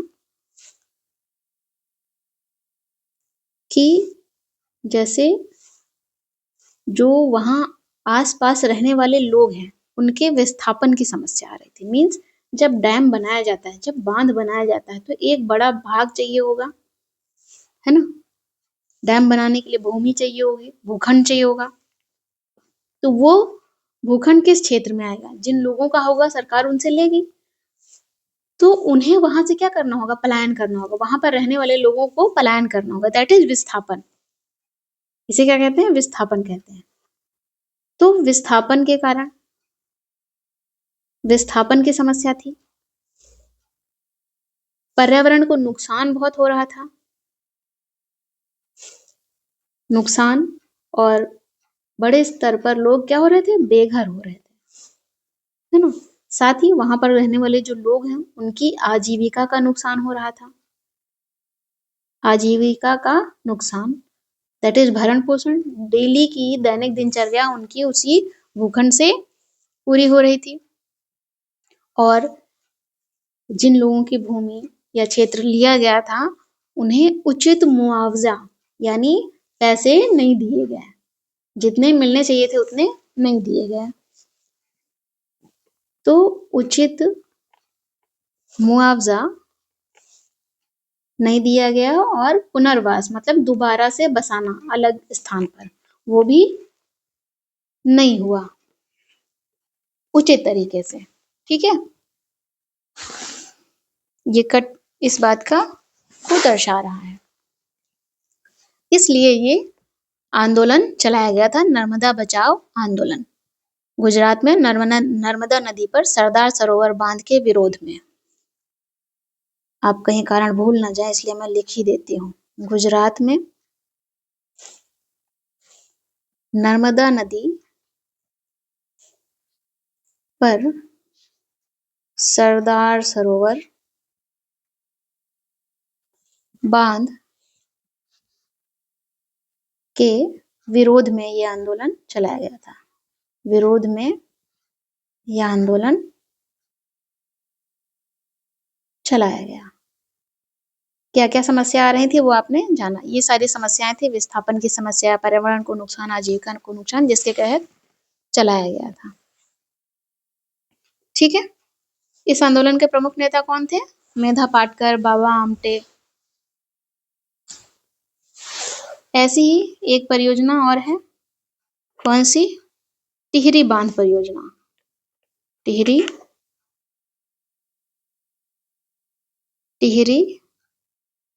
बांध परियोजना। इस परियोजना में भी समस्या आई। कैसी समस्या, ये परियोजना कहाँ स्थित है पहले जानते हैं, भागीरथी नदी पर बना है, भागीरथी नदी पर बना है ये बांध। ठीक है, भागीरथी नदी पर, इतना काफी है। इसके विरोध में आंदोलन चलाया गया था। गंगा की सहायक नदी, टिहरी बांध योजना ने टिहरी बांध आंदोलन, टिहरी बांध के लिए क्या किया गया था, टिहरी बांध आंदोलन कि टिहरी बांध ना बनाया जाए। क्यों ना बनाया जाए ये हम देखेंगे। इस आंदोलन के नेता कौन थे, सुंदरलाल बहुगुणा, जो कि चिपको आंदोलन के भी से जुड़े हुए थे, उसके भी नेता थे। टिहरी बांध कहाँ है, उत्तराखंड में, उत्तराखंड में। प्रश्न ये है कि टिहरी बांध का विरोध क्यों हो रहा था, विरोध क्यों, क्यों वहां के आसपास के जो लोग थे इस बांध का विरोध कर रहे थे, क्योंकि ये जो बांध बना था ये भूकंप संभावित क्षेत्र में बना हुआ था। अगर भूकंप आया तो बांध टूटेगा, बांध टूटेगा तो बड़े स्तर पर क्या होगा, जान और माल की हानि होगी। नुकसान किसको होगा, स्थानीय तौर पर आसपास रहने वाले लोगों को नुकसान होगा, इसलिए विरोध कर रहे थे। बांध टूटने पर बड़ी क्या होगी, जन हानि होगी। पुराना जो टिहरी शहर है पूरी तरह से, पुराना टिहरी शहर पूरी तरह से डूबा। तो ये कुछ समस्याएं हैं। हालांकि इस टिहरी बांध आंदोलन जो है विरोध होने के बावजूद ये 2006 में इसका जो निर्माण कार्य है वो पूरा हो गया। तो कई बार स्थानीय स्तर पर आसपास रहने वाले लोगों के द्वारा बांध बनाने का विरोध भी किया जाता है, लेकिन वो विरोध क्यों किया जा रहा है, उसके क्या कारण हैं, वो अलग-अलग हो सकते हैं अलग-अलग क्षेत्र में। ठीक है, तो ये समस्याएं भी आती हैं।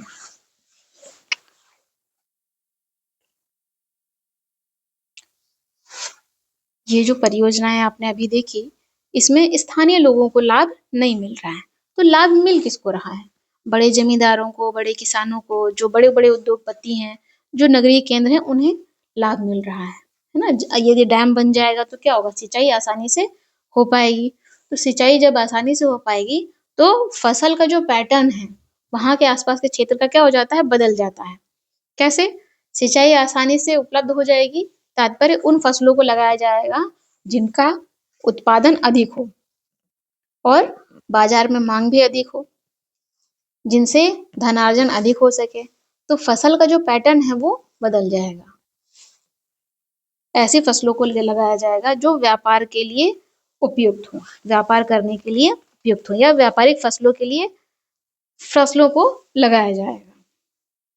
इसका परिणाम क्या होगा? मृदा का लगातार सिंचाई वाली फसलों को लगाने से मृदा में लवणीकरण, सॉल्ट्स की जो मात्रा है वो बढ़ेगी।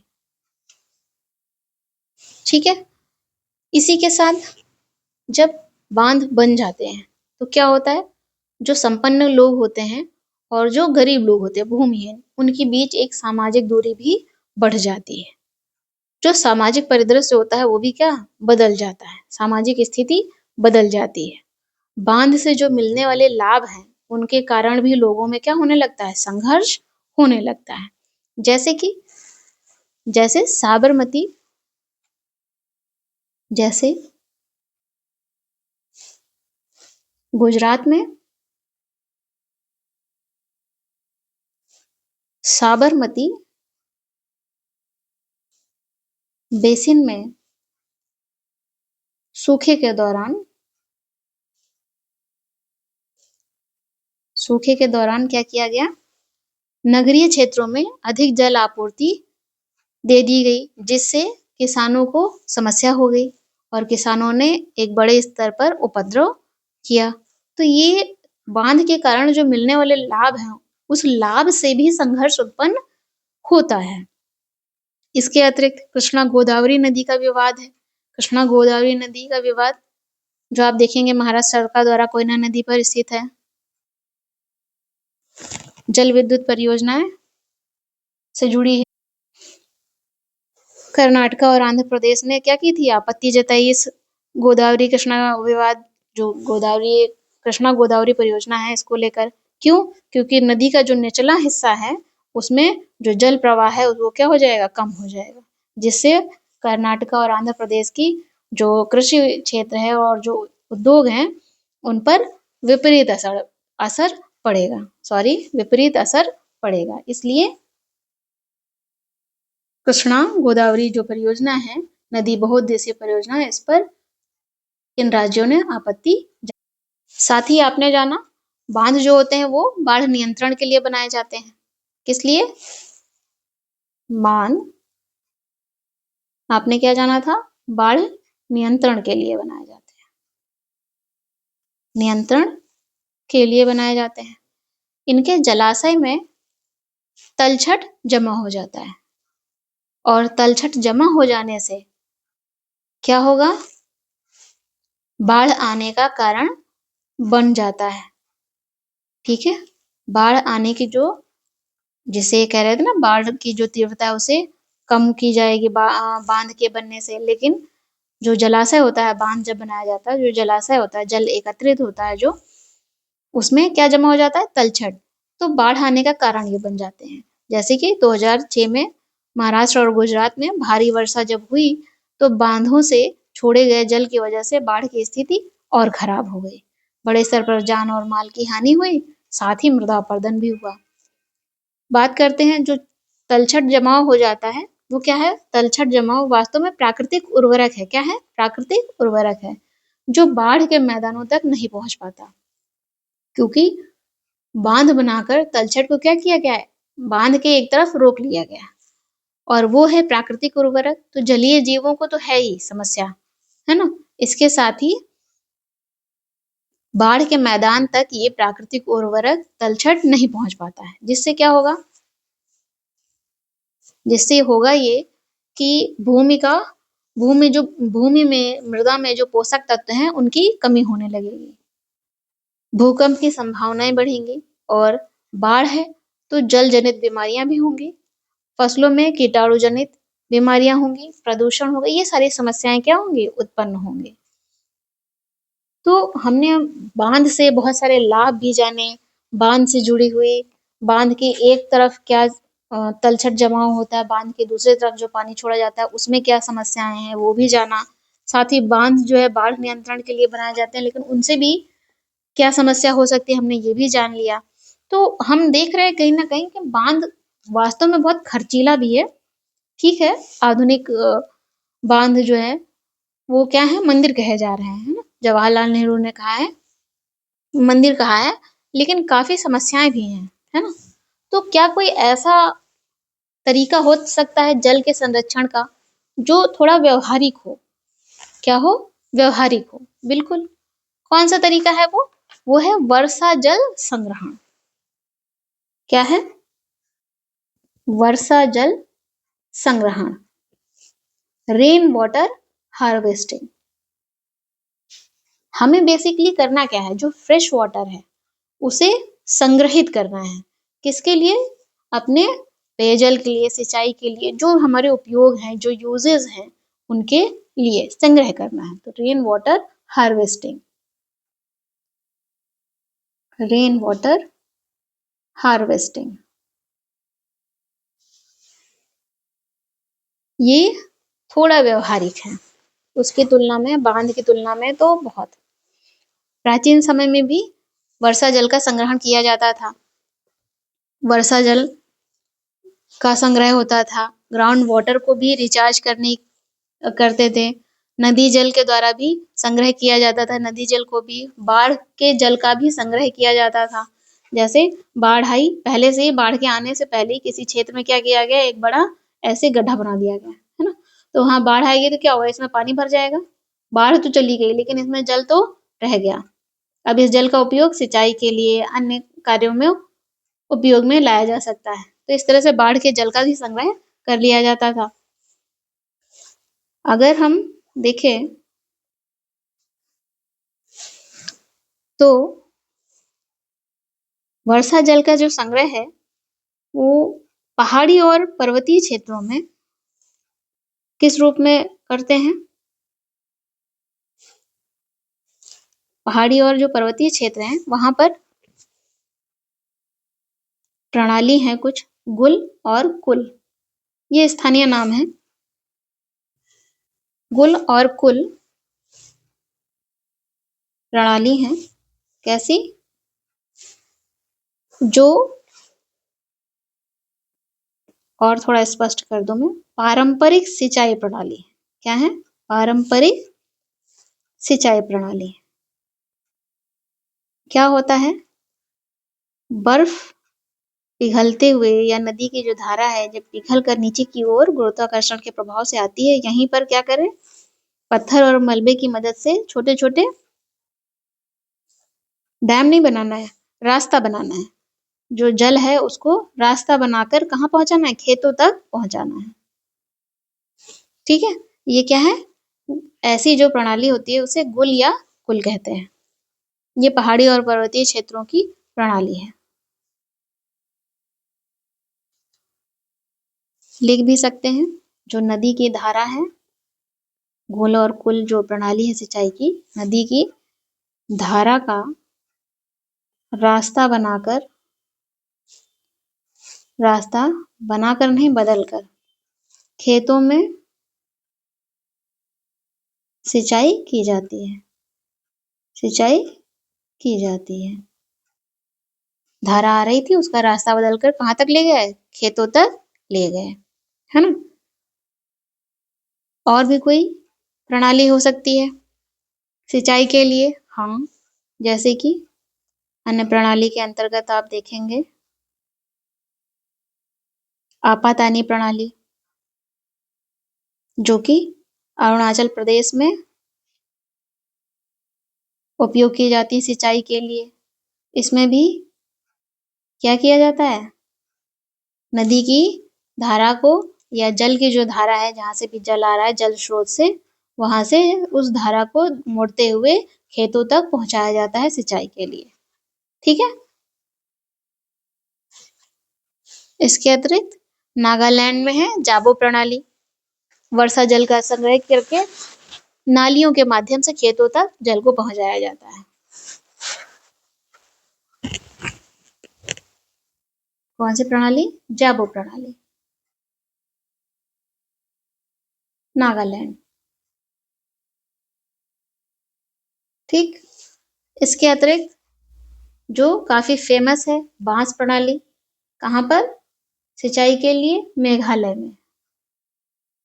मेघालय में, जहाँ बांस की मदद से पानी को, जल को क्या किया जाता है, खेतों तक पहुंचाया जाता है। ठीक है। इसके अतिरिक्त ये तो पहाड़ी क्षेत्र हो गए। इसके अतिरिक्त भारत में का जो पश्चिमी भारत है, भारत में जो पश्चिमी भारत है, पश्चिमी भारत कहते ही सबसे पहले किसका ध्यान आता है? राजस्थान का।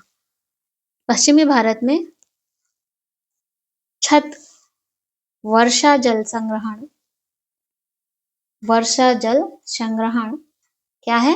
आम बात है। क्या है? आम बात है। आम था या सामान्य था?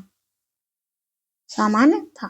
Roof top rain water harvesting पश्चिम भारत में क्या थी? सामान्य बात थी। वर्षा होती थी, वर्षा के जल को संग्रहित किया जाता था, यही था वर्षा जल संग्रह। बहुत सरल ना। वर्षा जल संग्रह क्या है? वर्षा के जल को संग्रहित करना, एकत्रित करना, इकट्ठा करना क्या है? वर्षा जल संग्रह है। पश्चिमी भारत में कैसे क्षेत्र हैं? शुष्क और अर्ध शुष्क क्षेत्र है। पश्चिमी भारत जो है शुष्क और अर्ध शुष्क क्षेत्र है। तो इन क्षेत्रों में जो वर्षा जल का संग्रह किया जाता था, आम तो है लेकिन अलग अलग तरीकों से किया जाएगा, हर जगह अलग अलग क्षेत्र में अलग अलग तरीके से। तो शुष्क और जो अर्ध शुष्क क्षेत्र हैं, वहां पर खेतों में क्या किया जाता था? गड्ढे, गड्ढे बनाते थे। खेतों में गड्ढे बनाते थे, किस लिए? वर्षा जल को संग्रह करने के लिए गड्ढे बनाते थे।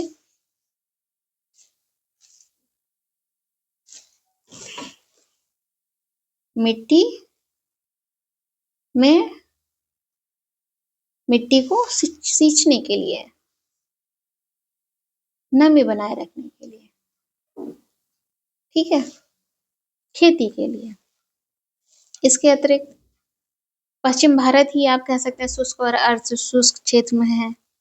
आप देखेंगे जैसलमेर, राजस्थान में एक स्थल है जैसलमेर। इस भाग में एक प्रणाली इस्तेमाल की जाती है, दैट इज खादीन प्रणाली। क्या नाम है उसका? खादीन प्रणाली। ये प्रणाली क्या है? इसमें भी वर्षा जल का संचय किया जाता है, लेकिन ढलान से आने वाला जो वर्षा जल है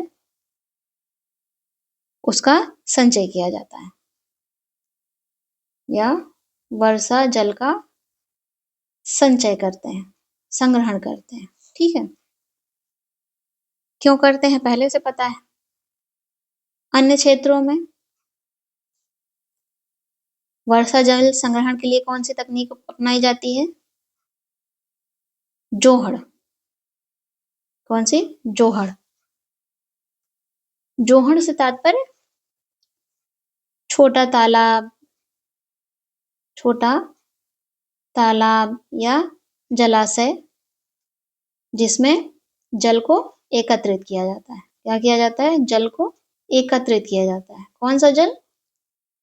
वर्षा जल को एकत्रित किया जाता है। जल को एकत्रित किया जाता है। ठीक है। इसके अतिरिक्त इसी पश्चिमी भारत में, विशेषकर राजस्थान के क्षेत्र में बीकानेर है, फलोदी है, बाड़मेर है। बीकानेर, फलोदी, बाड़मेर, इन क्षेत्रों में क्या करते हैं?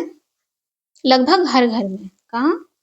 इन क्षेत्रों के लगभग हर घर में क्या बनाया जाता है? भूमिगत टैंक, जिसे ये लोग टाका कहते हैं। क्या कहते हैं? टाका। स्थानीय नाम क्या है? टाका। ठीक। जो कितना बड़ा होता है? लगभग एक बड़े कमरे का आकार जितना होता है ये टाका। और ये जो टाका है ये मुख्य आंगन में, मुख्य रूप से घर में या आंगन में बनाया जाता है। घर में या आंगन में बनाया जाता है। इसमें ये जो बड़े-बड़े टाके हो बनाए जाते हैं, भूमिगत अर्थात जमीन के अंदर बनाया जाता है। ठीक है। कई बार जैसे ये टैंक बनाया गया टाका जमीन के अंदर, इसके आसपास कमरे भी बनाए जाते हैं, जिससे क्या होता है? गर्मी के दिनों में, चूंकि ये बहुत गर्म क्षेत्र है, तो आसपास के कमरों में क्या रहती है? नमी रहती है। तो यहाँ का जो वातावरण है वो अनुकूल रहता है आसपास के कमरों में। ठीक है। ठंड रहती है आसपास के कमरों में। और इन टाकों तक जो भूमिगत टैंक है, यहाँ तक पानी जो छत से, जो छत है उन वहाँ के, वहाँ छत की जो ढलवा छतें होती हैं, उन छतों से पाइप द्वारा इन टैंकों में जो भूमिगत टैंक है या टाका है, इन तक पहुंचाया जाता है। इन तक पहुंचाया जाता है। अगर ये छत है तो यहाँ से पाइप लगाकर इन टैंकों के माध्यम से टैंकों में पहुंचाया जाता है। ठीक है। ये पानी वर्षा, बारिश हुई, पानी यहाँ एकत्रित हुआ, पाइप के माध्यम से भूमिगत टैंक में जो कि टाका है इसमें एकत्रित किया जाता है। कभी भी पहली वर्षा का जल जो है, जो जिसे हम कहते हैं ना पहली बारिश में नहीं भीगना चाहिए, तो पहली वर्षा का जल एकत्रित नहीं किया जाता। इससे पाइप की, छत की सफाई एक तरह से की जाती है। और इस जो टैंक है, भूमिगत टैंक है, इसमें कितना जल संग्रहित किया जा सकता है? अगली वर्षा आने तक के लिए जल इस भूमिगत टैंक में एकत्रित किया जा सकता है। तो आप देख रहे हैं कि जो वर्षा जल संग्रहण है, अलग-अलग तरीके से अलग-अलग क्षेत्रों में किया जा रहा है। पश्चिमी भारत में ये व्यवस्था क्या थी? आम थी। प्रणाली का नाम अलग-अलग हो सकता है, चाहे वो खादीन प्रणाली हो, चाहे वो जोहड़ हो या टाका हो, या फिर गड्ढे बनाकर वर्षा जल का संग्रहण किया जाए, लेकिन हो रहा है अंततः वर्षा के जल को या बरसात के मौसम में जो जल आता है उसका संग्रह किया जा रहा है, संचय किया जा रहा है। इस तरह यहाँ के जो लोग हैं वो जल की जो कमी है, वाटर स्कार्सिटी है, जल की कमी को पूरा करते हैं, पूरा करते हैं। और इस क्षेत्र में, पश्चिमी राजस्थान में या पश्चिमी भारत में जो वर्षा का जल है, उसे एक और नाम से जानते हैं, और नाम से पुकारा जाता है, दैट इज पालर पानी। जैसे मैं आपको कह रही हूँ वर्षा जल, उनके लिए क्या है? पालर पानी। तो मैं लिख सकती हूँ वर्षा जल को इस क्षेत्र में क्या कहते हैं? पालर पानी। पार्लर नहीं, पालर। ठीक है। पालर पानी कहते हैं। लेकिन आपने अभी तो जाना कि बहुत सारे पानी एकत्रित करने की व्यवस्था आपने पश्चिमी भारत में देखी। ठीक। लेकिन वर्तमान समय में, आज के समय में क्या हो रहा है कि पश्चिमी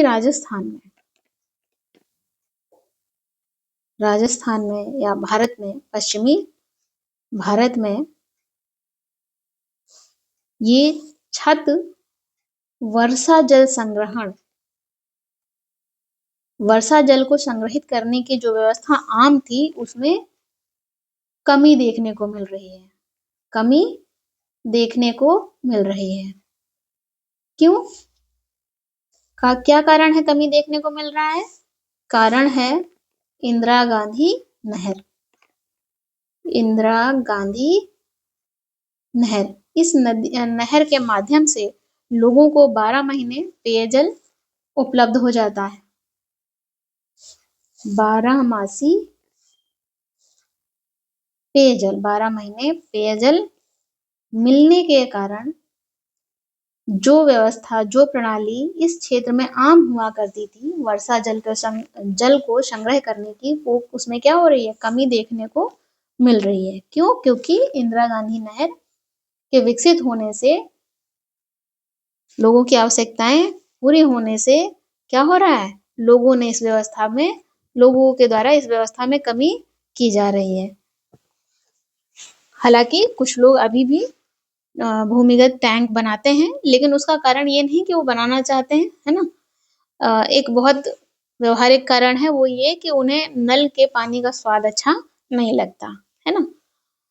बात कर लेते हैं इंदिरा गांधी नहर की। इंदिरा गांधी नहर का जो पुराना नाम है वो क्या है, राजस्थान नहर। 1984 में इसका नाम इंदिरा गांधी नहर पड़ा। ये भारत की सबसे लंबी नहर प्रणाली है। निर्माण शुरू हुआ था 1958 में। मैं लिख नहीं रही हूँ, आप लिख रहे होंगे, ठीक है। और जो इसका पहला चरण है 1965 में पूरा हुआ था और 1983 के आसपास द्वितीय चरण इसका पूरा हुआ। इंदिरा गांधी नहर को पानी कहाँ से मिलता है, किस नदी से मिलता है? सतलज और सतलज नदी और ब्यास नदियों के संयुक्त पानी से इंदिरा गांधी नहर चलती है। तो पानी कहाँ से मिल रहा है? दो नदियों से, सतलज और ब्यास। कहाँ एकत्रित हो रहा है पानी? हरिके बैराज में। तो हरिके बैराज से शुरू होता है और आगे फिर पश्चिमी भारत में जल का वितरण होता है, जिससे पेयजल और सिंचाई के लिए पानी उपलब्ध हो जाता है पश्चिम भारत के लोगों के लिए, ठीक है। और इसी कारण से यहाँ के लोगों के द्वारा जो व्यवस्था आम थी वर्षा जल के संग्रह को लेकर, उस व्यवस्था में कमी दिखाई पड़ती है। दक्षिण भारत में देखेंगे तो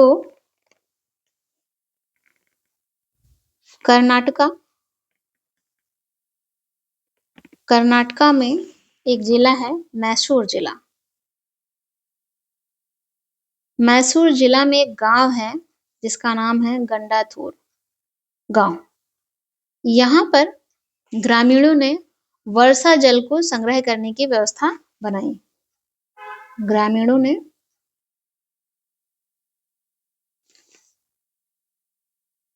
छत वर्षा जल संग्रहण की व्यवस्था बनाई। लगभग 200 घरों ने, और इस गांव ने वर्षा जल संपन्न गांव की ख्याति अर्जित की।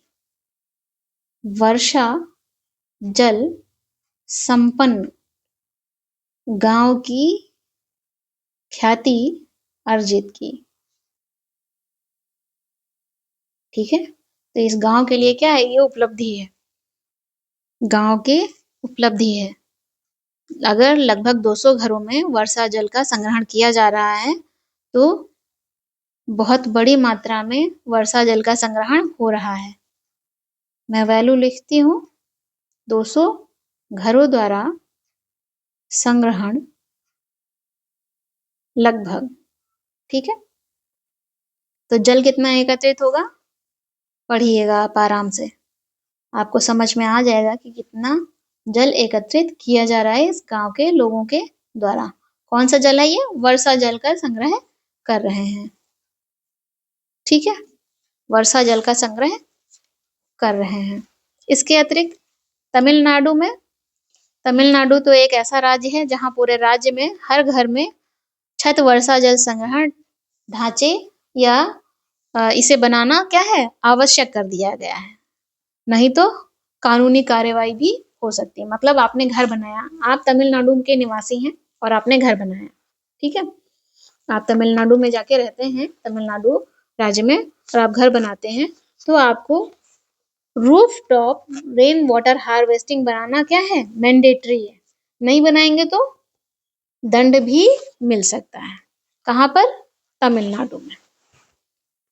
इसे भी लिख लें, तमिलनाडु में पूरे राज्य में, है ना, तमिलनाडु में हर घर में छत वर्षा जल संग्रहण ढांचा, ढांचा क्या, उसकी संरचना, है ना, ढांचे से मतलब संरचना का बनाना को, ढांचा को बनाना आवश्यक है, अन्यथा कार्यवाही होगी। ठीक है, नोट करके यहाँ पर लिख सकते हैं आप, 22 मार्च को विश्व जल दिवस मनाया जाता है, जल संरक्षण के लिए। ठीक है, तो जल संरक्षण करना है, क्योंकि जल संरक्षण नहीं करेंगे तो जल की कमी होगी। ये जो जिसे मैं बार बार जल कह रही हूँ, ये कौन सा जल है? फ्रेश वाटर, ये नहीं भूलना है ना, फ्रेश वाटर, अलवणीय जल। जल की कमी होगी, और जल की कमी होगी तो आपको आगे की स्थिति पहले से ज्ञात हो गई है कि जल की कमी होने से क्या समस्या उत्पन्न होती है। इसी के साथ आज की क्लास यहीं पर समाप्त होती है। मिलते हैं अगली क्लास में नए चैप्टर के साथ। Okay, thank you.